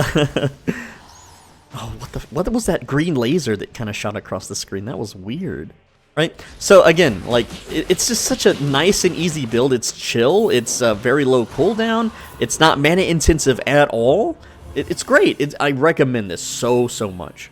Also, sometimes players will leave loot behind because they're too Gucci to care. Like, there's 600 silver. It's not much. It's something, but that does show there is another player roaming around, and he's willing to let loot go, which could mean that he's pretty geared out, the wazoo. And again, if you see empty chests or empty rooms, then you know there's other players around. So I have to be wary. I have to plan an escape route. That's a little hard to get to from here. Is that where I'm going to run to? Right now, I'm worth 100k, right? And I get to keep at least 30k of that, 100k. It's not a big loss if I die, for me, personally. But I'm going to get near the chest, and I hate fighting near the chest because it makes noise. So because I'm near the chest, I don't want to engage enemies. At least not yet. Maybe. We'll see if there's any nameplates nearby. Sometimes Gucci players won't even scout the chest because they don't want to lose their sets to, like, invis gank. Oh, we got somebody. What's he wearing? He is, yeah, that's a counter build. Remember, we talked about this build earlier. Look what he's wearing. Yeah. So he's got the chest. I'm gonna go the opposite way now to this tile and clear it and get some fame, get some treasure, possibly, maybe. We'll see. And I'm going to continue this until the mists close. I'm just going to ride the outskirts as far away from the chest as possible. I could stick around because I'm a mobility build. I could stick around. I could run from the fire staff guy. But if another mobility build catches me after I've already run away from someone, then that means that I can't run again for a little while, and they'll just run up and kill me. So I'd rather just farm these rooms and, you know, just take it chill. This is supposed to be a PvE build. So let's get to, can I move this guy? I don't think I can move this guy, but he can't move me. Watch. See, look. He can't yoink me. And that's the coolest thing about this build. You are unyoinkable. I know that sounds weird to say, but whatever. Now, many new players aren't aware about how to weave auto attacks. You want to auto attack and then use your abilities. Of course, you want to open with your strong ability here. That's the exception. And also, I don't like getting hit by the skills. But essentially, like, you want to auto and then use your skill. That way, it's just a higher DPS, damage per second, right? I know I'm not giving it justice. That would be like a whole video in on itself. It's called orb walking in, like, Dota and possibly League. I don't know what they call it in League. Attack moving or something. But essentially, okay, so that room's cleared. So, oh, we got a guy, and he's a curse staff. So I obviously can't fight that, but I can run from it. So I'm not too worried. He probably knows that I can run from him, so he won't bother. And a lot of players will look at your gear and like, oh, well, his gear sucks. I don't really care. Right? So I'm not going to pay him too much attention. I'm just going to continue clearing rooms. And if I see his nameplate in the corner, I've got a plan to just run through. Come on. Okay, finally, the whole time it's been blue, or green chests. 330k. Boom! Easy money. And look at that. We got some upgrades. We got some juicy upgrades. Now, I am wearing a bag. If I'm overweight, I can switch boots and switch to weight. Let's get the hell out of here. I mean, I'm really close to an exit, so I could very safely clear this room without much worry. So let's just position ourselves like so. Try to hit everybody. I kind of didn't hit that one statue in the corner, but, like, again, this build is just, it's amazing. I mean, I've been playing, like, I don't know, we ate food, like, 15 minutes ago, okay, and we've made 440k. It's really revolutionary. Now, this is without premium, but, again, I got lucky. I got a little jackpot, and we got some upgrades, so, again, let's finish these guys off real quick. I'm watching the corners of my screen while I do this, because I'm very paranoid that someone's going to run up and gank me. But yeah, I'm good to leave, bro. I'm good to leave. I can slap on these upgrades. Like, that's a 6'2" Stalker jacket. Yes, please. You know, now I'm a little more formidable, right? Did I get anything? Oh, a little 6'1" Grave Guard. Really don't have much use for that. But yeah, it's time to go and then go back to Brazilian and sell, and we are all set. We made some okay fame doing it, and we risked almost nothing. Oh, now I could clear this mob camp, but I'm risking almost 500,000 to do it. It's not worth the risk. I'm gonna go bank, and then I can come back out and continue farming. And again, if my set's only worth 35k and I've made, well, it says 231k now for some reason. Oh, that's because I put the armor on. Yeah, the armor's 200k. Like, the point is that you're gonna make your money back doing this. But if you don't get any jackpots and you don't get lucky, and I've been very lucky today, as you can see, as you can clearly tell, man. You know, it's gonna feel good, it's gonna feel fun, and you're gonna feel accomplished or whatever it is you're seeking. Now for a hard to dismount transport build, and this one is pretty basic. This one has a lot of functionality, Mostly, you would use this to transport hearts. You could transport to Caerleon, though I don't recommend it because the harder you are to dismount, the bigger the gank squad gets. Whereas heart transports, it's usually like 3 or 4 people, and that's about it. Now, channel members actually know this build, and they have a very specific use for this build, which I will not disclose publicly. If you want to know more about it, and it involves a very risky procedure that can make you insanely powerful, you'll have to become a channel member. Click the join button down below. But let's go over the build now. And essentially, you're using a broadsword or a any kind of one-handed sword weapon, tier 6 or higher, so that you can have Iron Will. This allows you to not be purged. It also increases your defense, move speed, etc. The combat abilities do not matter, neither does the passive. Using Judicator armor, because if you do get dismounted, you can pop this shield, massively increasing your damage resistance while you pop all your other cooldowns. Judicator armor is also a very high HP, very high defense armor in of itself compared to other plate armors. So it gives you the most damage reduction while you are mounted. Then you have the Astral Aegis, which I forgot to put on the screen. Oh well. This just gives you way more defense against players and mobs, and there's no other better shield than that. Fort Sterling Cape, if you get crowd controlled, you will break the crowd control at least one time every about 2 minutes. The Minor Cap, if you are dismounted, you can pop this and become immune to stuns, roots, slows, and silences for 6 seconds, allowing you to escape. And Minor Work Boots lets you run very, very quickly, and increases your carry weight while you're running. Invis Potion lets you go invisible to juke. The Grizzly Bear is a very high HP, high armored mount with decent speed. It has a passive that increases your move speed when you are hit. So when gankers jump you on your mount, you will be running faster. You won't be crowd controlled, assuming you dodge the rest of them. When you hit that first one, the Fort Sterling Cape cleanses it. You're free to move, and very quickly. Also, the Grizzly Bear is just one of the cheaper bears because it is a monthly reward. If you are on Europe, you will have to settle for any other bear mount, and those bears will not have this passive. That's why the Grizzly Bear is the best bear. Now, this is one of the more expensive builds so far in the video. It is about 16 million silver, but it allows you to do infinite heart transports without any kind of penalty or worry or stress. It'll eventually pay for itself, and these items have other uses outside of this, so it's always good to have. Now, if you don't know what a heart transport is, you can go to any of your faction captains, and you can click this little trade missions box, and then you can do a transport mission to another city. I'm going to do one for Martlock. I'm going to transport 15 Beast Hearts. Let's see. I want to make sure that I'm not too overweight, even without the mount. So I'm going to unsummon the mount and see what my weight would be at. I'm curious, so I'm going to click this, click Martlock here, click the contract, and no, I would be way overweight if I'm dismounted, so that means I would fail the quest. I have to be on the bear. If I'm dismounted, it's over anyway. Let's go ahead and reopen that now and do Martlock's quest line, and we're going to accept. So what that did is that turned my hearts into these triple boxes. I now have to transport them near Martlock, and we're going to start the timer. I'm not going to record the whole thing, but on screen here is a timer. I'm going to start it, and here we go.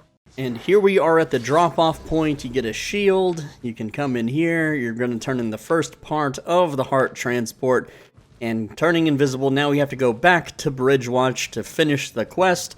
You can see that this took about 7 minutes to get here. Yeah, it takes a while. Bears aren't the fastest. And this is just the one town over. You can do heart transports 2 towns over, 3 towns over, for, yeah, a slightly bigger reward, but is it worth the time? No, not really. So I'm going to go ahead and head back now. So if you ever see a player, even though they aren't faction flagged, turn around from the direction they were normally heading and they start following you or hovering around you, it means that they have a friend in an opposite faction and they are scouting you so that they can, you know, have their friend kill you. But in my case, it's probably just a fan wanting to get a screenshot or something. So and again, this build is super beefy, so unless they bring like 5 people in 8.4 gear, they're not dismounting me. And even if they do, I have multiple methods to escape. Even though I'll be overweight with the dead bear, the boots ability gives me carry weight, which will give me enough time to make a little bit of distance and get somewhere safe, possibly. Also, do note that these little circles, even though I'm not transporting the hearts here, because this is Bridgewatches, it still gives me a safety bubble. So if you are being pursued, you can run to one of these, any of them, and you will be protected as long as you have, you know, the Heart Transport logo on your character. Here we are arriving back at Bridgewatch, and it didn't give me a shield when I entered here, by the way. But once you reach the town, and once I do the turn-in, I'll stop the timer. It's about 15 minutes, as you can see. And that's using the boost. So give items, there we go, completed in 14 minutes, 42 seconds. Now, we spent 15 hearts, the Beast Hearts, to get 19 Rock Hearts. And let me just show you the price diff, because you can't go by estimated market value on these things. These things are massively botted, and, you know, different markets have different prices. So if I go to Beast Heart, and right now if I buy 15 Beast Hearts, they are $569,355. So let's just pop that in a calculator, 569,355. Okay, cool, we got that number. And now if we sell the Rock Hearts, not to these guys, but you know, just do a sell order, then we make 672,927. So we're gonna now subtract our original number of the Beast Hearts, which is only 103,000. And so this means that we're only making, hold on, 103,572. Multiply that by 4. So we're making 414,000 silver an hour doing this. It's really not worth doing. This does not level up your character. This does not give you faction points.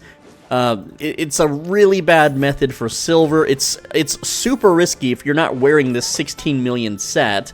And even then, you know, a group can still dismount you and earn, you know, whenever they dismount you, they're earning 250k. You know, of course, when they split that multiple ways, it's even less. But it's just not an activity you should ever bother doing. And to prove the tankiness of this transport build, I'm going to ride head first into an army. Into a freaking army. Well, maybe they're a little scattered because I guess they're fighting. There was more players here, but they're not even going to bother to shoot me because they're currently in combat with Bridgewatch. But yeah, let's just stand on top of these guys, and you can see that they're barely tickling my mount's HP pool. Like, even though I'm standing directly on top of their AoE attacks, and there's, well, this is just a small pile of people.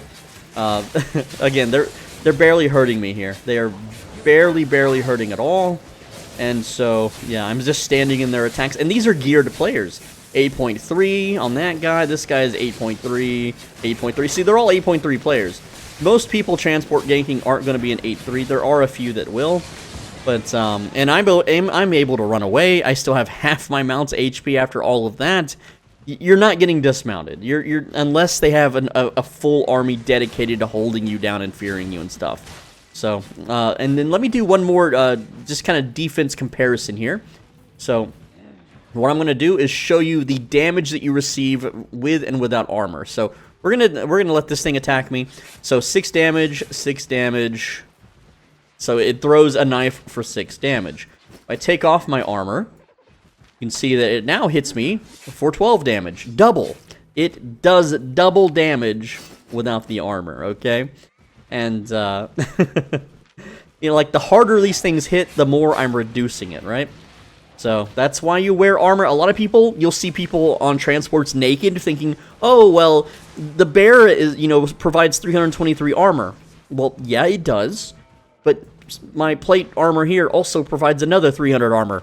And that's why I'm able to reduce the damage by a whole 50%. It is absolutely worth doing.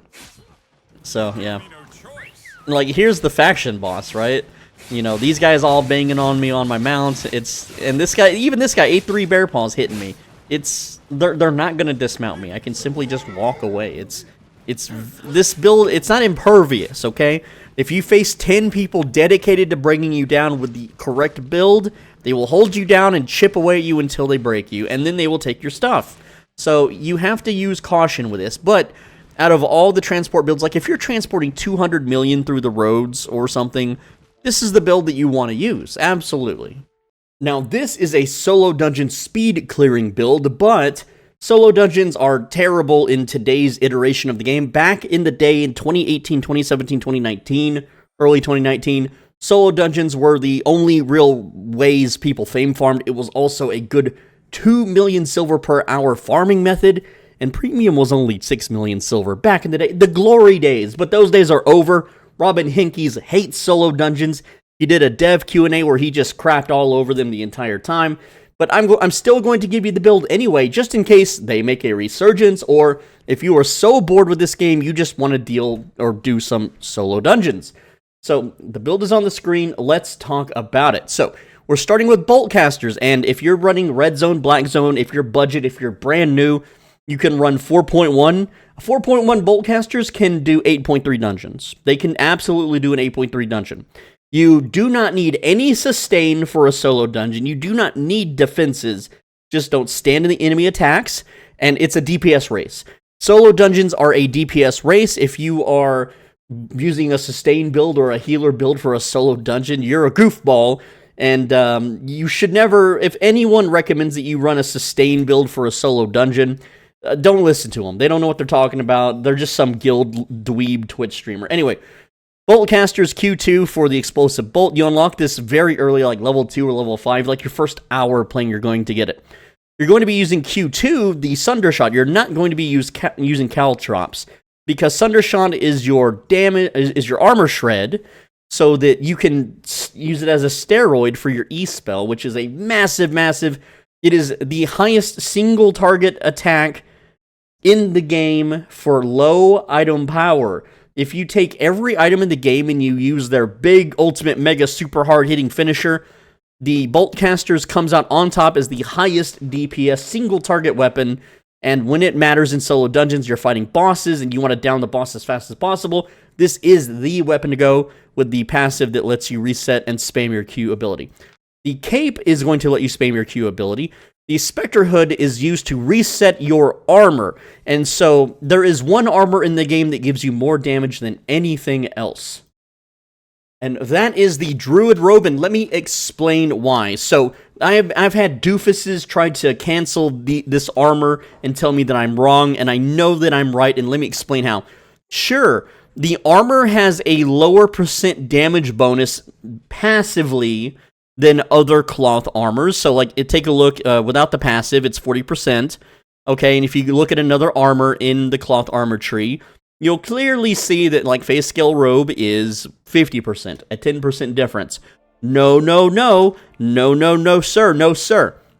Because Druid Robe has an ability that gives you 6% increased damage that stacks 6 times. 6 times 6 is 36. 36 plus 40 is 76. That beats all other cloth armors in the game, bar none, end of. And we can keep this buff stacked for longer than 10 seconds thanks to our helmet, which I'm so glad that the mechanic works this way. I don't think it was intended initially, but for our boots, any leather shoes, because we are using Refreshing Sprint, so we can blast those Qs faster and stack up our armor faster with the damage passive. Pork omelets, so we can shoot more often with lower cooldowns. You don't need more damage. In 4.1, unless you're doing 8.3 dungeons, you don't need more, you just need cooldowns. You just need to be able to shoot those Q spells as fast as possible. It is actually a DPS increase to use this over anything else. And with that said, let me just show you how to play it and what it looks like. Now, I want to say this is not the fastest solo dungeon clearing build.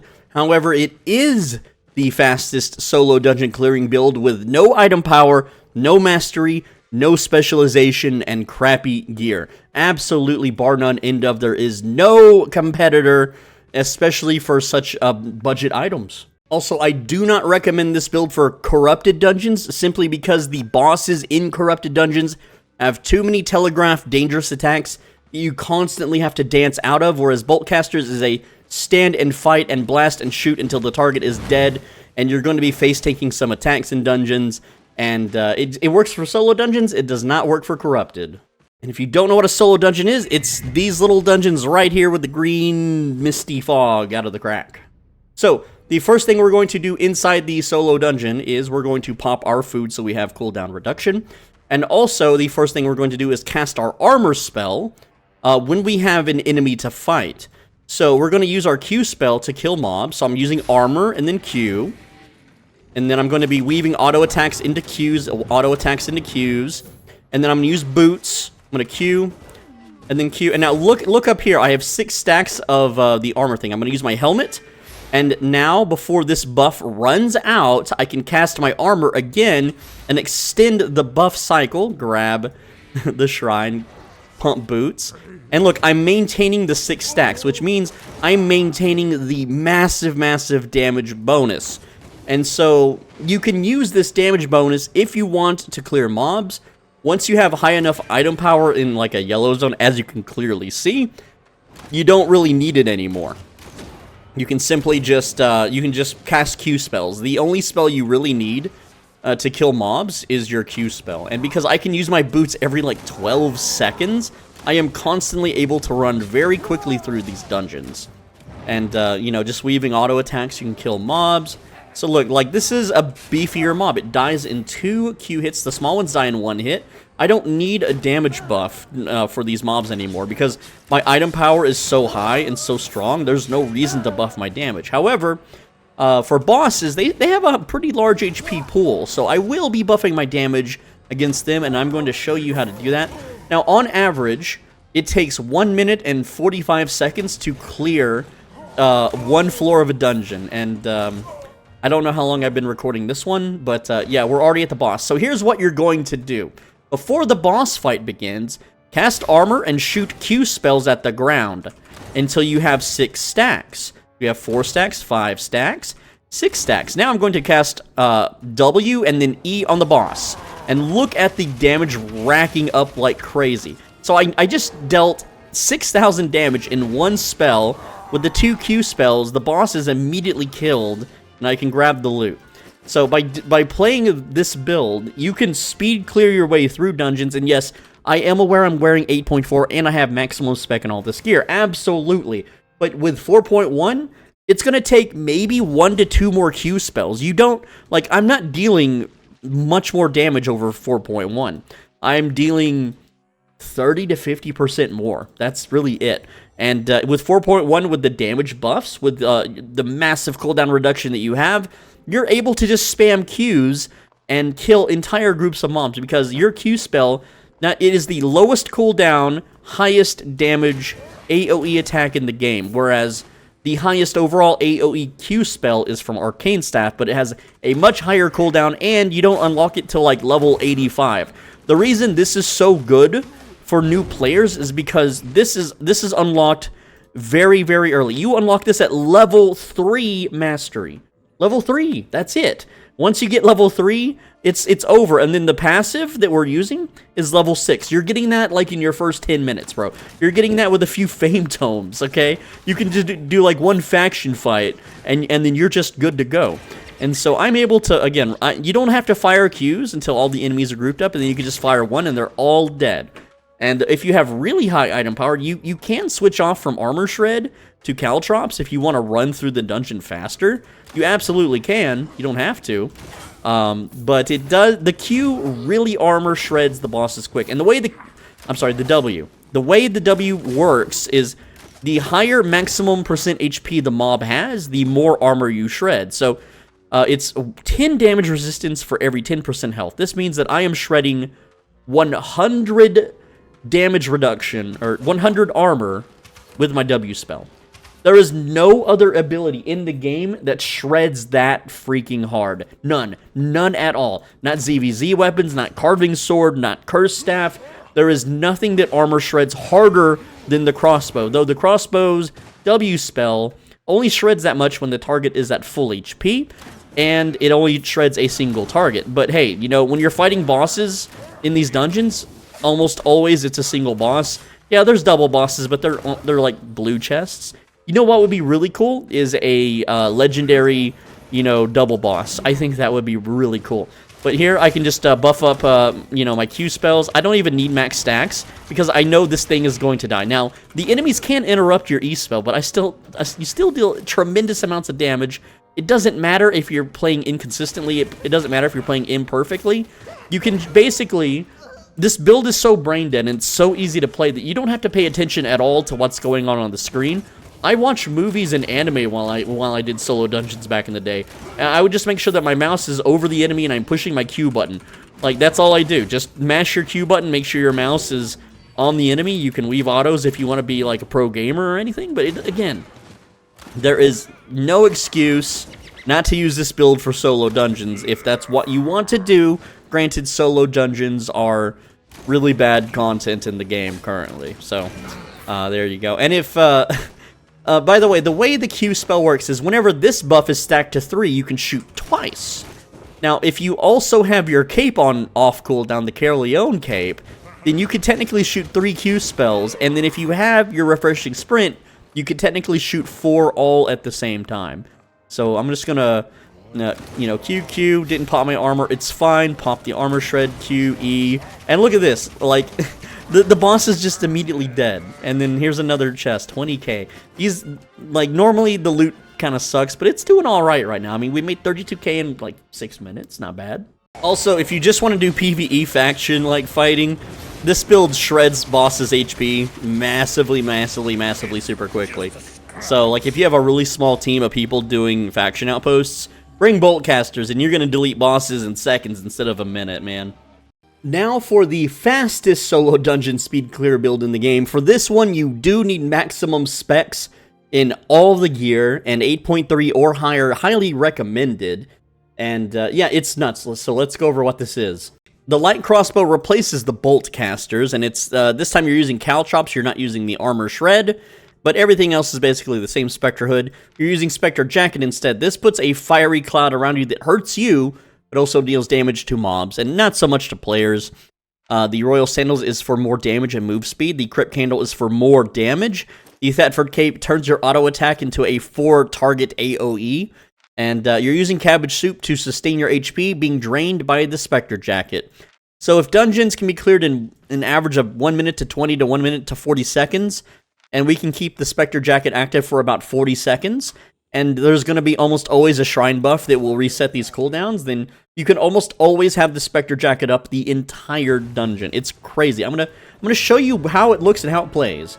Now, I will say that even though this is the fastest solo dungeon clearing build in the entire game, it's only about 10 to 15 seconds faster than that previous build I showed you. And because that previous build can be done on a budget with crappier items, with no specialization, mastery, or item power, it's technically inferior. This is just, if you're rich and you're a whale and you're a veteran player and you want to squeeze out 10 extra seconds a dungeon floor, then you would use this instead. That's the only reason to use this over the other build. So this is how this build plays out. You're going to eat your Cabbage Soup, otherwise you will lose too much HP and die. You're going to pop your boots for the damage bonus, which will snapshot onto your armor's damage. And you're going to be hitting mobs with caltrops, and the really beefy mobs, you'll hit them with Q and E spells. So it looks something like this. So we're going to boots, into armor next to the enemies, and then just run past them. I don't even need to attack them. The armor will just melt them dead. Look at this. Like, the enemies, they just melt dead. I can caltrops this guy so I can get a move speed bonus boost. When I'm out of combat, my health regenerates.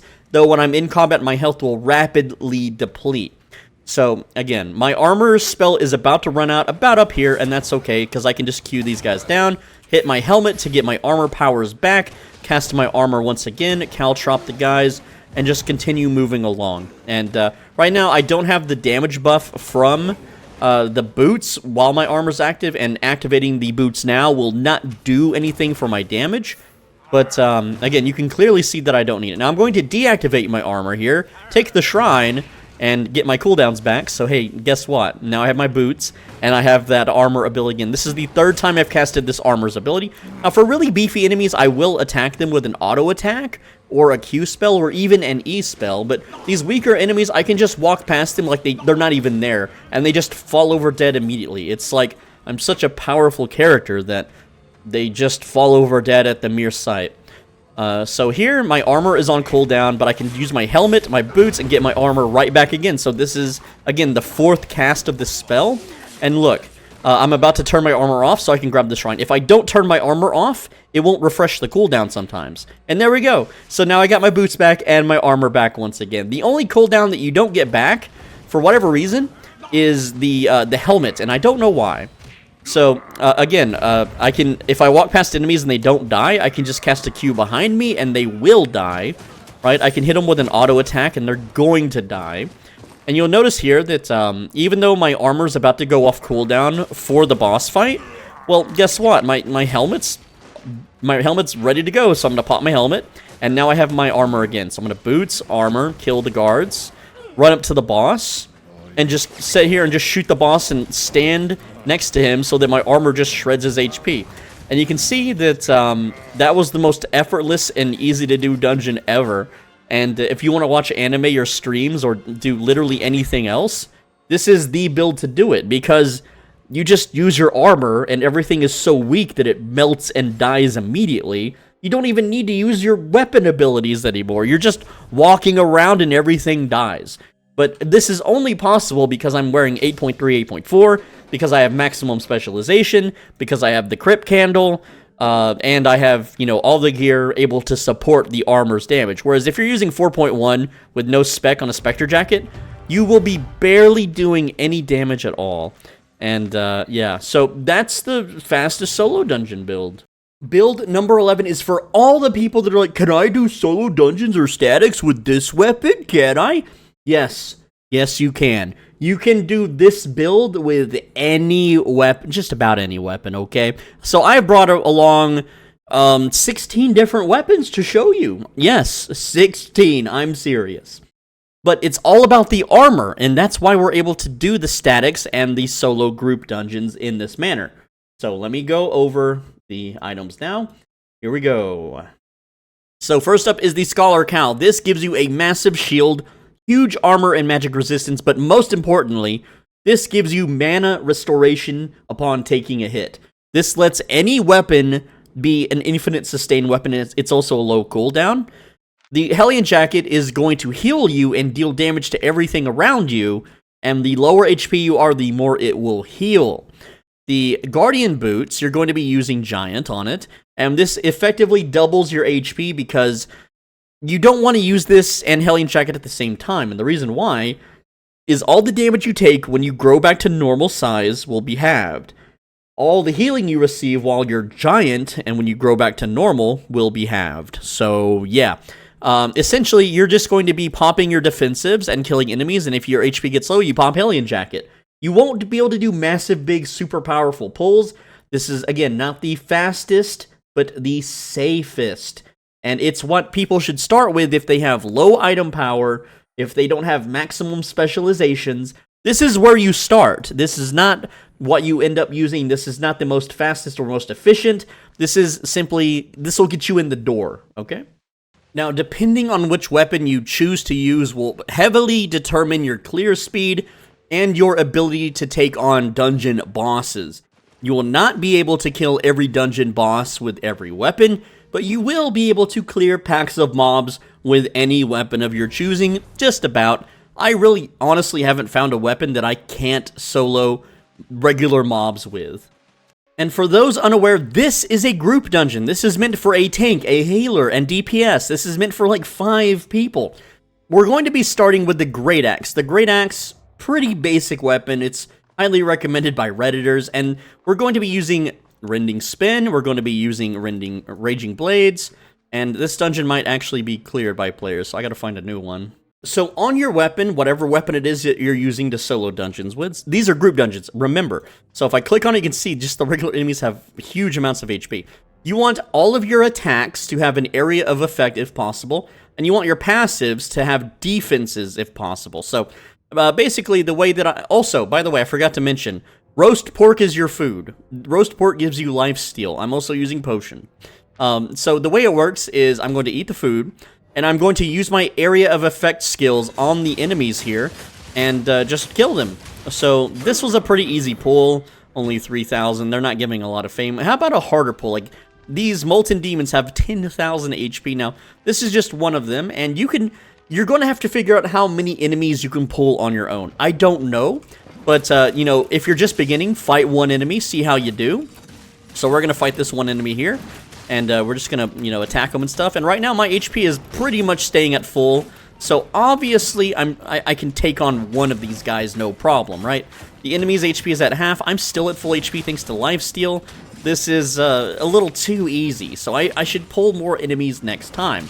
And you're going to eventually get a feel for it. Now look at my mana. I'm getting low on mana, pop my helmet, walk in the lava pool, full mana. That's why we bring the helmet. So we have no downtime, we don't have to eat potions or anything.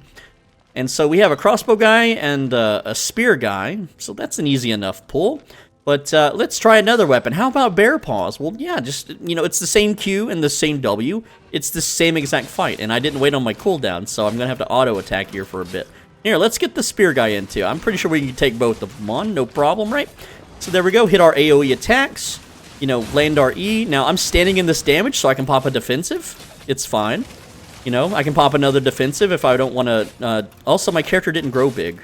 Even, I'm like rubber banding or something? What's going on? I'm lagging? My character was supposed to grow big, but it got canceled. I don't know what's happening here. But, oh no, my HP is low. What am I gonna do? Well, just pop your armor and look at this heal. Look at me heal. It's amazing. And also, we got some item drops here. And you can see, well, these are traps. They're not gonna fight back. I can just freely bang on these guys all I want.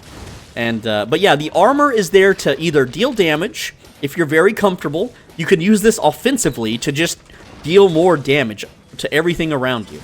Otherwise, you can wait for until you're very low on health, and then it will heal you back up. It's kind of been nerfed since the old days, so it's not as useful anymore, but it's still pretty good. So what's our next weapon? How about longbow? Okay, let's see what kind of area of effect attack we have here. We'll use multi-shot. We'll use ray of light. That's an AoE attack. Sure. All right, so here we go. We're just going to ray of light into E, shoot these guys down, and, you know, just auto-attack in between, whatever. And again, longbow, not a real good choice for this, but you can see that I'm still able to do it, right? This enemy has 5,160 HP, and we got some aggro. Oh, everyone's coming. Yeah, let's pull more. Why not? Sure, we're fine. We're all right. Go ahead and root them. Go ahead and cast E on them. And you can see that my health, my HP, I am healing from my attacks. So I have that sustain, right? It's not like I don't. Go ahead and hit them again here. And I could grow big. There we go. Now we're really swole Benji. And there we go. Let them do the knockback. Hit them with the AoE again. So you can see pretty much any weapon 8.3 and up is able to do this. And we'll switch weapons for the next couple pulls. There we go. All right. What's an astral staff? I'm excited to try this one. We'll swap. We'll use magic shock. All right, magic shock. Here we go. Let's try it out. Should be absolutely just fine. Let's go ahead. Let's do a bigger pull. So we'll magic shock him. He's silenced. Go ahead and hit these guys. Let's pull Spearman too. Oh, big pull, big pull. Let's pop a defensive. Let's get crazy with it. I'm casting my E spell. You know, they're all taking lots of damage. They're actually taking a very respectable amount of damage. So again, this is a bigger, juicier, crazier pull, right? Pretty crazy, right? Again, just use my AoE spells. And I'm going to pop my armor here, and look how much I'm healing. Not only am I healing from the lifesteal, I got interrupted here. Let's grow big. I'm getting a little worried that I'm taking too much damage here. I don't have a lot of cooldowns. So you can see some weapons are more efficient than others, but I got my E back. I think this fight's over. So yeah, Astral Staff absolutely can do it. It's not the fastest, but it can do it. How about we show you a real weapon? Oh, a real weapon, a real man's weapon. We got the Shadow Caller, the numero uno weapon for this. This is the best weapon, and there's a reason I brought it. Now, Boyzak is what you want to use when you're low spec and you're a little defensive. I know that's a boss. I'm skipping the boss. That's an easy boss. It's just you just burn them down. I want to show you a real man's pull. Let's get these ladies, get this lady, her spear bro, and we're gonna group them all together. Okay, we're gonna group them all together. There we go. Cast a puddle underneath these bad boys. Look at my HP. Now look at my HP again. I haven't used my armor ability yet, have I? No, no, no. I am full HP right now, and look how fast they're dying. These guys died in like almost in a single combo, and I'm full HP. I did not pop my helmet. I did not pop my boots.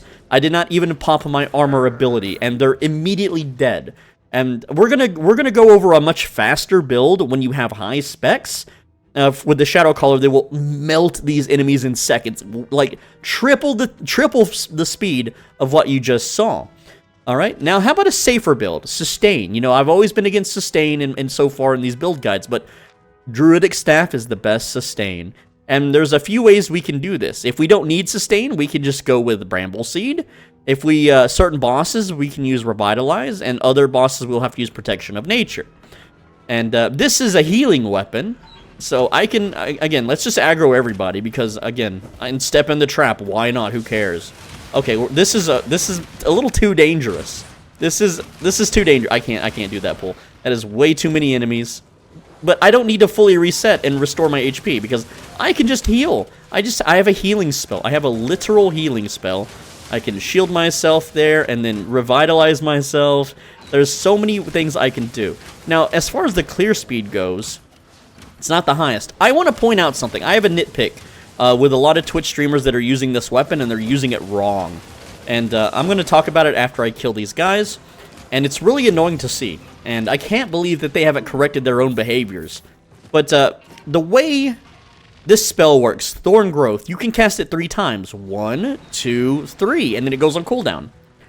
When I see people do, like streamers with like, 10 million hours in the game, that are so-called experts, they will attack a mob, and they will cast this 1, 2, 3 times on top of it. These don't stack. This does not stack. The proper way to do it, and this is a boss enemy, by the way, is you cast it, you auto-attack, and then you cast it, you auto-attack, you cast it, and you auto-attack. And that's going to give you much, much more DPS than, casting it 3 times on the ground and then attacking. Way more DPS.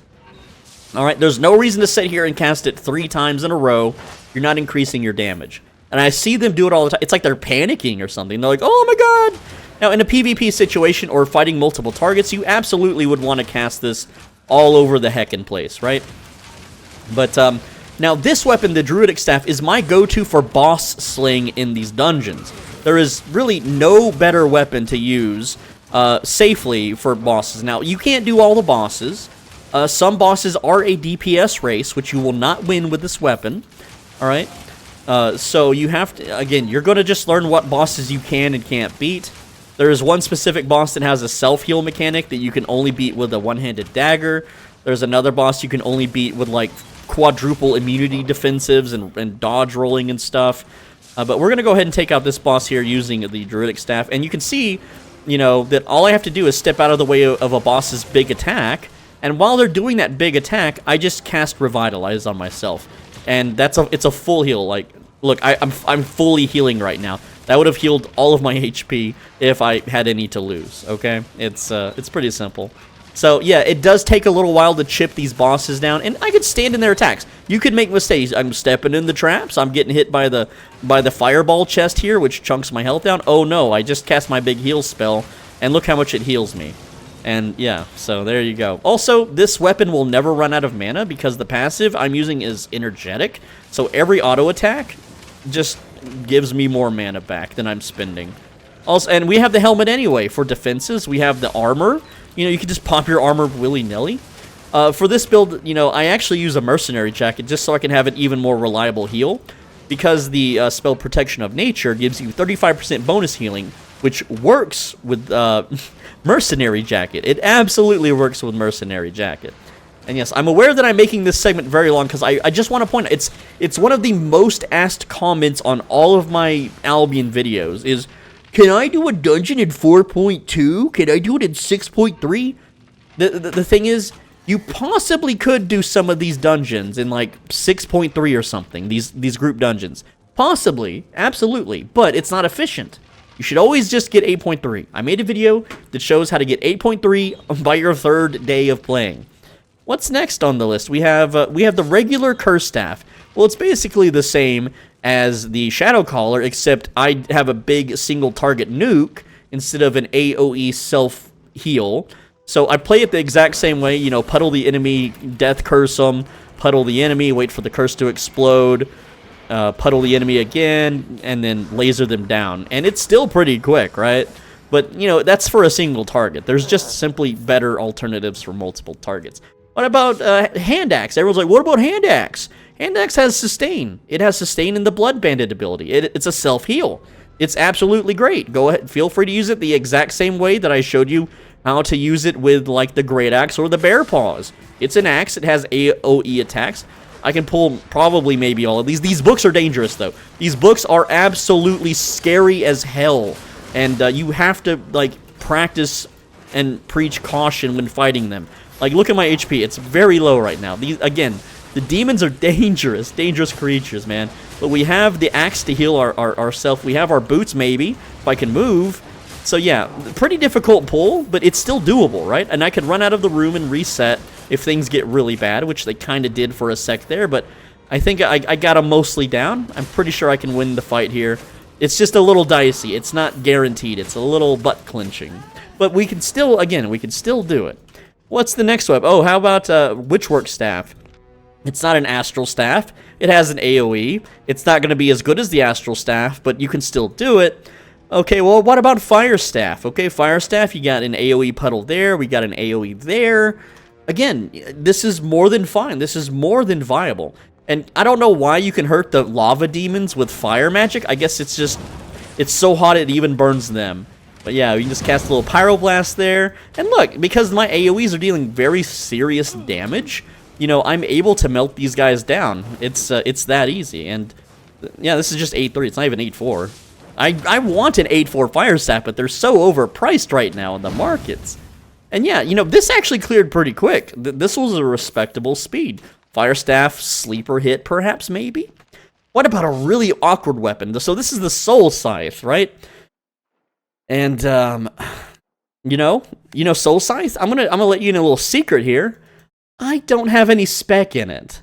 I have no spec in this bad boy. So let's see how I do with no spec.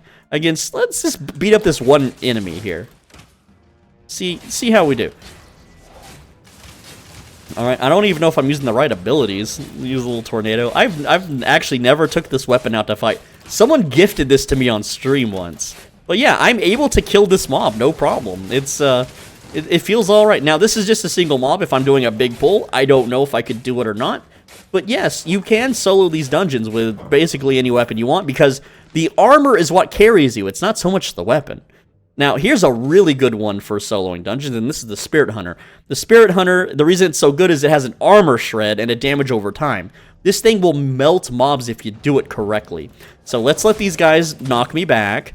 Then I'm going to E them, W them. There we go. And just look at their HP just melt. It's nice. Now, they're kind of standing on top of me. They're being bullies. But, you know, we're doing all right. I don't have any sustain with this weapon. This is purely, you know, to nuke down their HP as quick as possible. Here, let's pop a little shield there. Wait for the knockback. It's coming. There it is. Now I can use the W here. Hit them a bunch. And yeah, so we're able to take these out. Now, of course, I'm down by 40% HP. I can pop armor and heal. That's absolutely fine. And yeah, see, I'm not healing too much because there was only 2 enemies. But Spirit Hunter is actually really quick, even though it didn't look like it. All right. How about Carving Sword? We got AoE, AoE, AoE. It should be fine. Should be absolutely fine. Wait, is my... No, that's the AoE. Okay, well, yeah, let's just pull everybody. Why not? Carving Sword's cool. Makes you feel like a hero. Makes you feel like Cloud Strife. Final Fantasy 7.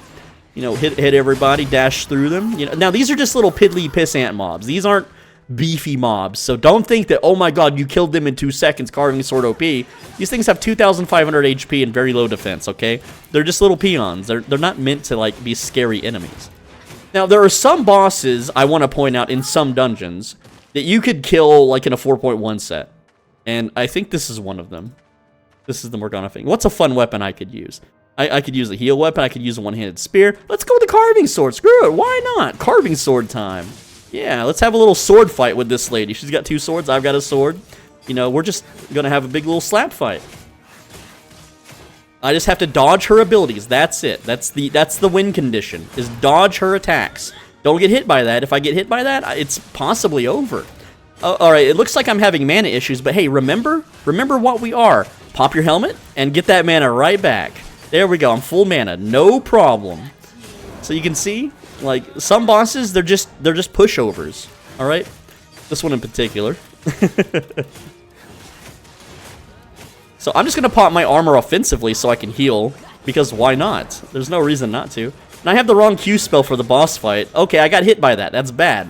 But hey, we're okay. It's, you know, this build is meant for allowing you to make mistakes, okay? I still have my boots. I got my helmet back now. I can block more hits, take less damage. Pop my, we're both dashing around through each other like an anime character. Anyway, you don't need to see the rest of the fight, right? I think you get the idea that we're going to easily beat this.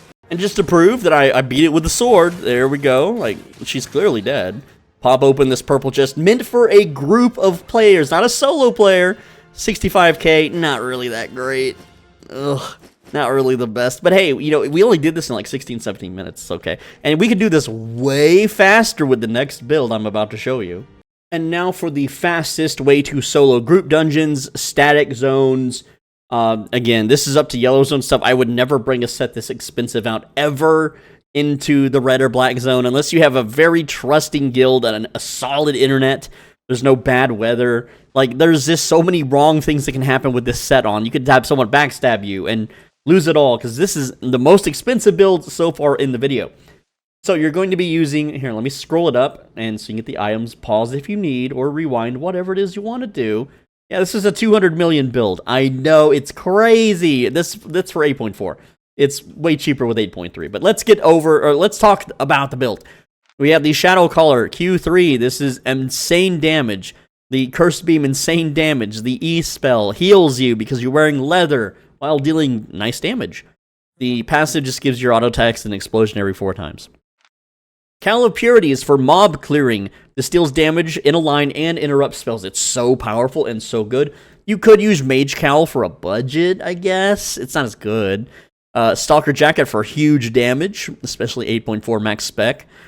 Cultist Sandals is going to lower the damage resistance of enemies by a good amount, about half as good as that crossbow we talked about earlier. And this massively increases the damage that you deal to enemies. We have Crypt Candle. Now, while Crypt Candle makes you squishier and receive more damage, it doesn't matter, because as long as they can't kill you, it's all about killing them faster, which will save you tons of time in the long run. So this gives you more damage. Bedford Cape is damage for free on your auto attacks. Roast Pork is for life steal. My Shadow Caller specifically has 5% lifesteal on it. Channel members will know how I managed to do this myself. I did not pay for this weapon to be attuned. I went out into an unsafe zone and farmed this myself, and I did it in the safest way possible. That is a members-only video, and it's possibly the one video that I may regret posting publicly. Like, I don't know if I should have kept that info secret or not. It's not going to get nerfed. It's just if more people do it, it means it's harder to do. Anyway, and then any mount is fine. Now, for weapon or gear swaps, Cultist Cowl is for bosses. This will hurt a boss insanely high damage. Look at this. It deals 1,685 magic damage over the duration of, like, 4 seconds. Whereas Cal of Purity is only 500 damage over 2 seconds. So it's like 1/3 as much damage. For a single target, this wins. Alright, Druidic Staff is used to solo very specific bosses that I can't already solo with Shadow Caller. Mercenary Jacket pairs with the Druidic Staff for more sustain, and Torch pairs with the Druidic Staff for faster auto attacks and cooldown reduction. For this example, I popped a group dungeon map. Yay! So we're going to go in here, and this is actually going to be harder. The enemies will be beefier, have more HP, deal more damage, and I'm going to show you that it's so insanely fast and so insanely broken. I have 1 minute left on my pork roast, so we're just going to start clearing here. And again, I'm casting Puddle, cast Laser, and look, this mob has 5.6 thousand HP.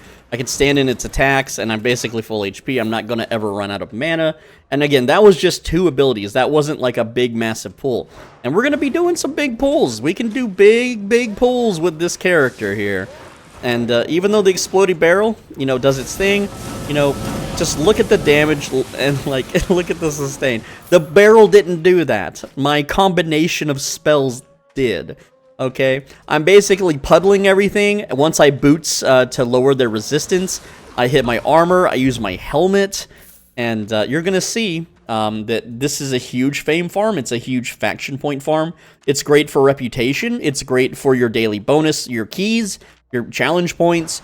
There is a reason that I tell every player to do this. There is a reason why I recommend every player partake in this kind of activity.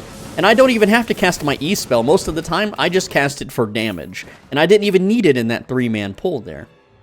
Now, another secret to doing solo, or I'm sorry, doing group dungeon solo is you don't have to fight everything. If you can avoid aggroing like a group of mobs, it's actually faster to farm the bosses to skip a bunch of the mobs, right? But if you aggro them, you kind of have to kill them because if you leave too many alive, then the boss won't let you touch their loot. And so my HP's dropping a little bit here, but I've got this. Look at my sustain. I'm just draining all of their health. They're dying so insanely fast. Like, this mob has like almost 9,000 HP, and it was halfway dead in a single combo. There's no stopping this build. You can basically, like, I'm playing the game like these are regular mobs. I'm playing the game like they're not meant for groups of players. Now, I did do this pull prematurely. Look at my spells are on cooldown. I'm in a little bit of trouble here.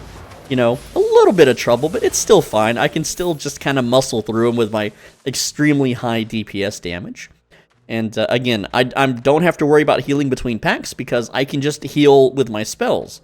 I could just do this room. I don't even need to wait to heal. I can just do this room now. Like, now this boss likes to kind of belly bump you, knock you around. He's got 22,000 HP, right? He's a pretty dangerous fella. But because we deal so much damage, that means we heal so much damage, and we can just trade him infinitely forever, just about. Mostly forever. And remember, this is a map dungeon, so this boss is 16% stronger than normal.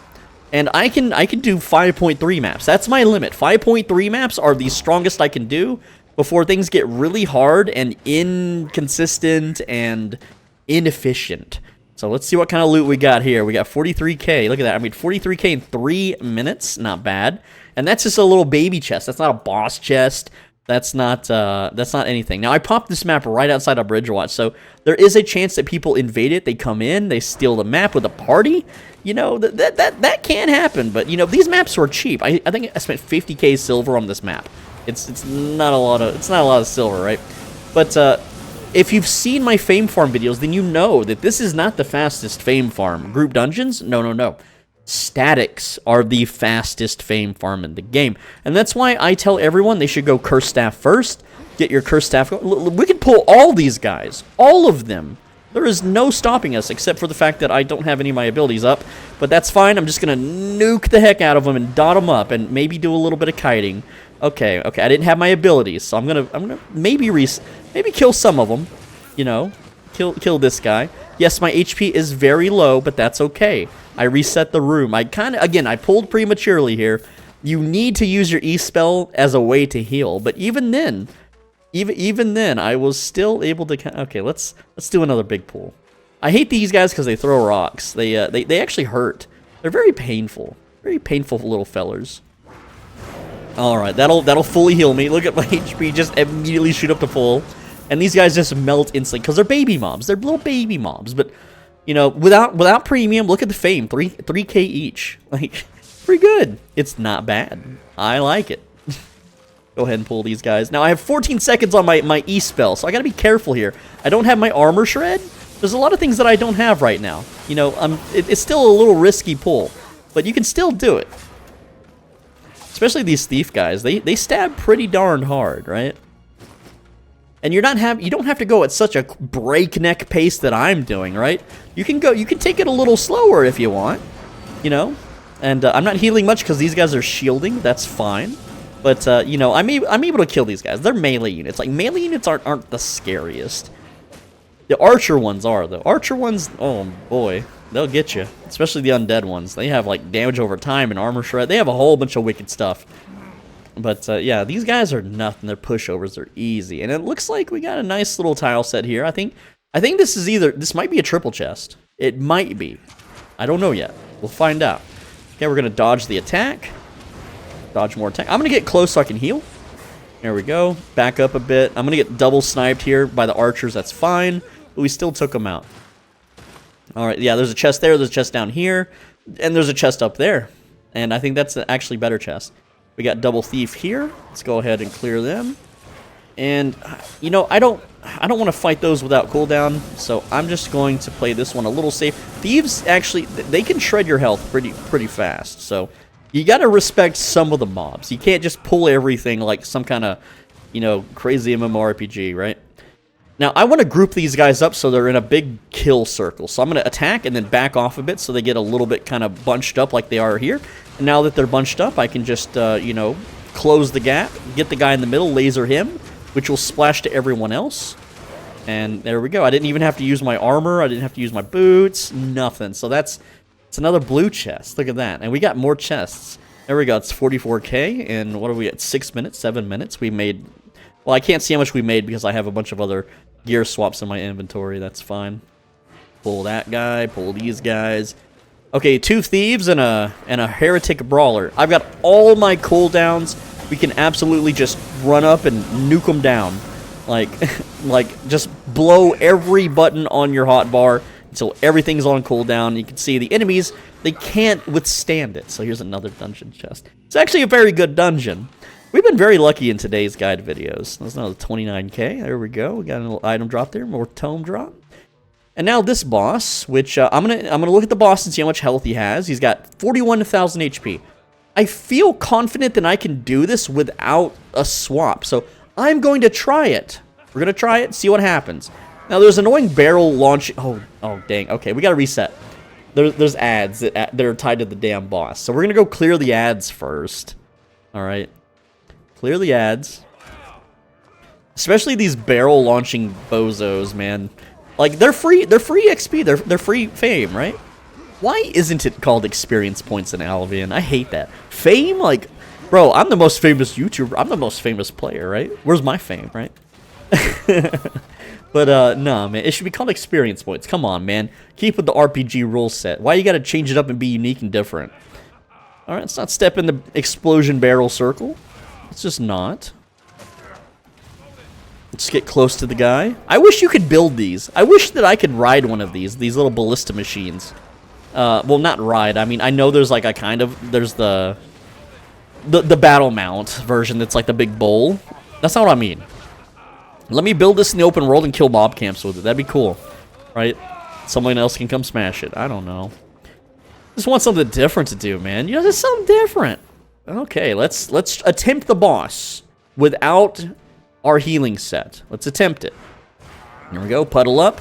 Weave autos. Now, he just autoed me really hard. I'm down 40% of my HP. Oh, dude. I don't think I got this. I'm going to dodge that. Maybe. No, that hit. I'm now burning.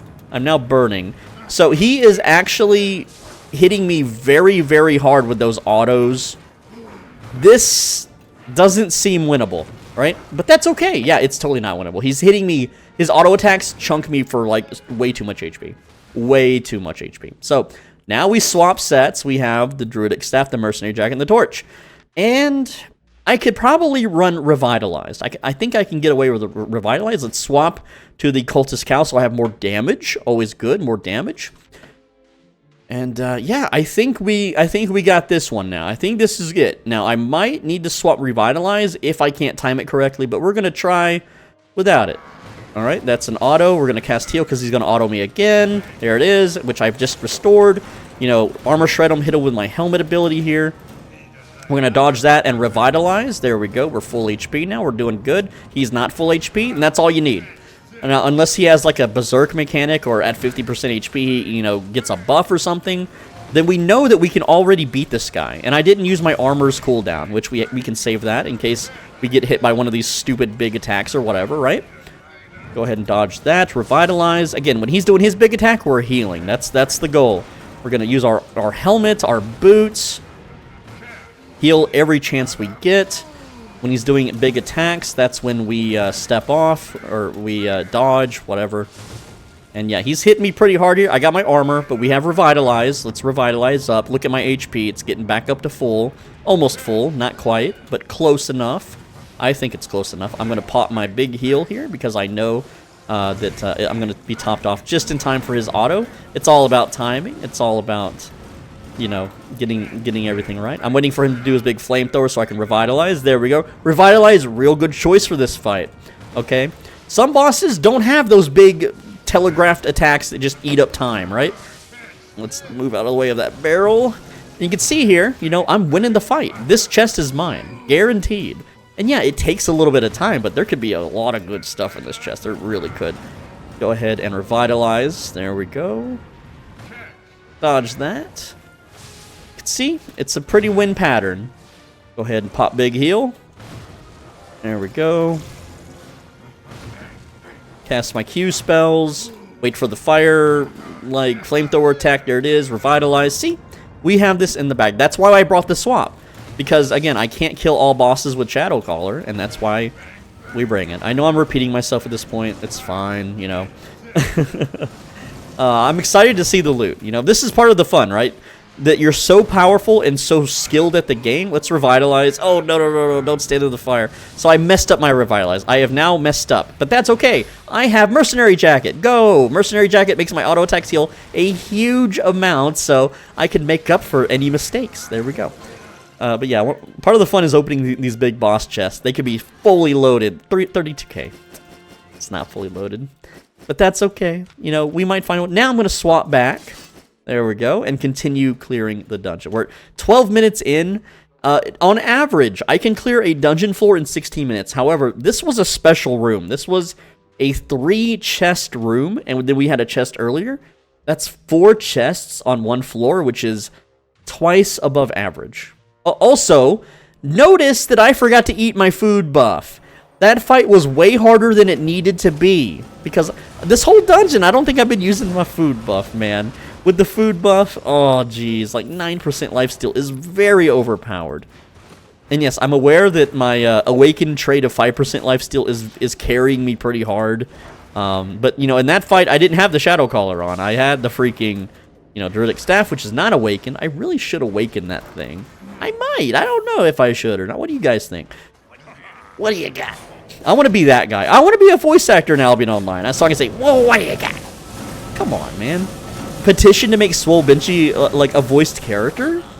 Right? I mean, they muted me for 4 years. Well, they muted me forever, but it's been 4 years since the mute. The least they can do is let me voice a little gremlin. Like, let me be a little gremlin. That's what I am. Let me be a little gremlin character. You know, new dungeon mob unlock, new dungeon faction, gremlins, the gremlins. I want to be a little gremlin. That's like, I'm a little gremlin, right? I think it'd be fun. It would be real fun, but they will never do it. They hate me. They don't want to associate with me. Like, anyone that talks about me on their streams, instant ban. It's not happening, guys. The dream's over. The dream is dead. Triple Fire Mage. That's not enough. We need to pull all the bros. Get them all in here. And I don't have my boots. I don't have my armor. Oh, look at the fire. This is scary, but hey, look, I'm healing. I'm healing it all back. These guys are melting to my shadow magic. Look at that. Look at that. Look how easy that is. It's too easy. It's too fast. The fame is too good. Imagine if I had premium active, how much fame I'd be getting right now. Also, if you've been watching my silver throughout this whole guide video go up and down, look, all that silver I earned from popping that 8-3 guy, it's gone from auto-respec. I don't need to kill these guys. I can just go to the next dungeon floor. So I think you get the idea of how I'm clearing the floors. How about I just skip to the chests? Oh, I think I skipped a green chest. It was like 20 or 30k. Oops. This is a tome chest. I'm not gonna do that because I do not care. Alright, I will show the end of the dungeon boss fight. We didn't get any good chests in this one, but sometimes you can get some real good stuff. And judging by this guy's auto attack, not nearly as hard as that other boss, so we can just go ham.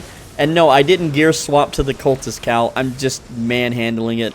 And again, we should be able to just kind of willy-nilly. I don't even need perfect play on this guy. I should be able to just curse him down, laser him every chance I get.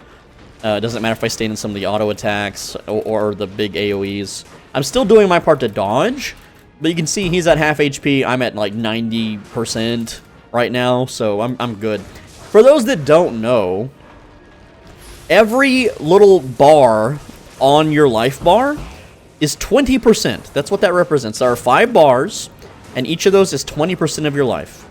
So, yeah, I'm at full HP right now, so pretty easy fight. Let's see what we get. And there you go. So, 52k, not the best, but pretty good, not bad. Alright, and that is soloing group dungeons. You do the exact same thing to solo statics, but instead of a normal mount, you would use a bear mount, so you can get a big, juicy pull going. Some of my best videos that I think I've ever made. are how to farm 20 million fame per hour. Please search my channel if you've never seen them. Use the exact same build, and you pull mass mobs in statics meant for groups of players, and you kill them. It's the best fame farm in the game, hands down. For solo guildless players, obviously the best fame farm for everyone else, or the 8% of the population, is world bosses and Avalonian raids. But who gets to do that? Only guild losers do that kind of stuff. If you're wondering how much loot I earned, it was 283k in under 30 minutes. I earned about 6,000 faction points. It'd be more if I had premium active, but of course it would. But whatever, it's fine. Oh, and I forgot to mention that build that I just showed also allows you to solo faction outpost bosses. All of them. Now, Limhurst can be difficult with how Boris works, the summoned boar. Members only have access to a video that shows you how to solo the outpost without Boris ever being a problem. Build number 13 is one of the dirtier builds that you can roll with in a faction fight for both sides. Not just your side, but the enemy side too. And this is a Whispering Bow build that will laser someone's health down to nothing. This is amazing for focusing healers or tanks. If you have a ballsy tank that thinks he can jump in the middle, and because his plate armor, he's got a healer in his pocket, you can just kill him. You can just straight up, you can kill tanks with this. You can delete healers. It's the dumbest build ever. Like, anyone that is within shooting distance just immediately dies. It's great for 1v1ing people on like an open world chest spawn, you know, like that 8-4 battle axe bruiser that thinks he's tough shit. No, you just delete his health bar and he can't do anything. It's the funniest thing ever. So let me explain the build to you. And we're using a Whispering Bow. Q1 is an interrupt because it knocks enemies back. This is more of a finisher or a last resort button. You're going to be using explosive arrows in tandem with your undead arrows. Your passive reduces their defense up to 3 times, so it's like 5% defense decrease. It's the highest DPS choice you can possibly do. All right, Hunter Jacket gives you more damage and attack speed. Demon Boots are for running away. All right, you're pretty tanky in this build, and if you get focused, eventually you can get low on health, and Demon Boots will give you an insanely fast move speed. And in tandem with your Undead Cape giving you invisibility if you're below 15% life, or Invisibility Potion, you will always escape pretty much every fight, unless you get dove by like 3 or 4 tanks, but because you're shooting from the back lines and you're not on the front lines, this will never happen. Beef Stew for more damage, and the dirtiest part of the build is the Demon Helmet, which makes your next auto attack silence whoever you're lasering down for like 10 seconds. It's broken as hell. And so you start lasering someone like a healer, oops, they're silenced. They're trying to hit their cleric robe, they can't do it, they're silenced, they're trying to boots away, they're silenced, and then they're dead. They're just dead. By the time they realize they're being shot at, they're dead. Oh, and the order of abilities, you use your helmet, then your armor, then undead arrows, and then as you're shooting the enemy, you activate your W, and that's it. You just click on whoever you want to die, you push those buttons, and then you sit back and laugh as they fall over dead. It's also not bad for just lasering down like a boss monster. Let's go ahead. So helmet into armor into boss here, and we're just shooting them down. So, again, it's not really a PvE weapon, but you can laser enemies down with it if you want, like if you just decide you want to, like, kill something, but it's mostly for players. It massively increases your attack range, and my specific one is Awakened with more item power, which is actually the better choice over ability damage. I've done the math, the calculations, the testing on the test realm. You don't want auto attack speed, you don't want auto attack range, those are worthless on the Whispering Bow. Pumping up auto attack range on a Whispering Bow is really stupid, and here's why. If you get auto attack range halfway maxed out, it's only 1.5 steps forward. So this is what 1.5 steps looks like. So your attack range goes from here to here. Well, that was 2 steps, so like maybe like right here. It's like the length of this terror bird is the amount of attack range that you get. It's not worth it. Alright, we have a world chest right here, so if we have some unlucky fellow that's not faction flagged for Bridge Watch, which they should be, this is a Bridge Watch zone, we're just gonna kill them. We're just gonna shoot them. This is literally the I'm just gonna shoot you build. That's what we should call it. I think that's what we should just do. So here's our contestants. We've got a lot of bridge watch here, but we've also got some that aren't bridge watch that are just kind of derping around. They probably just want to like cause trouble. I don't really care about the loot. I just want to show off how much damage this deals. You can dismount people if they aren't too far away when you start blasting. And because I'm a whispering bow, I can be on the outskirts. I don't have to be up here in the middle in the mix of things. But yeah, I can't shoot the bridge watch players, but I can shoot like this guy. There's a lot of players that I can't shoot. I'm gonna dismount and get ready to start blasting. All right, who's our target here?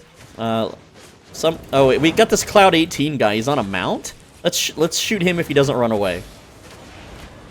So there we go. We're shooting Cloud 18. He's gonna be silenced here, and yeah, he's gonna start running. But look, I'm shooting him off screen.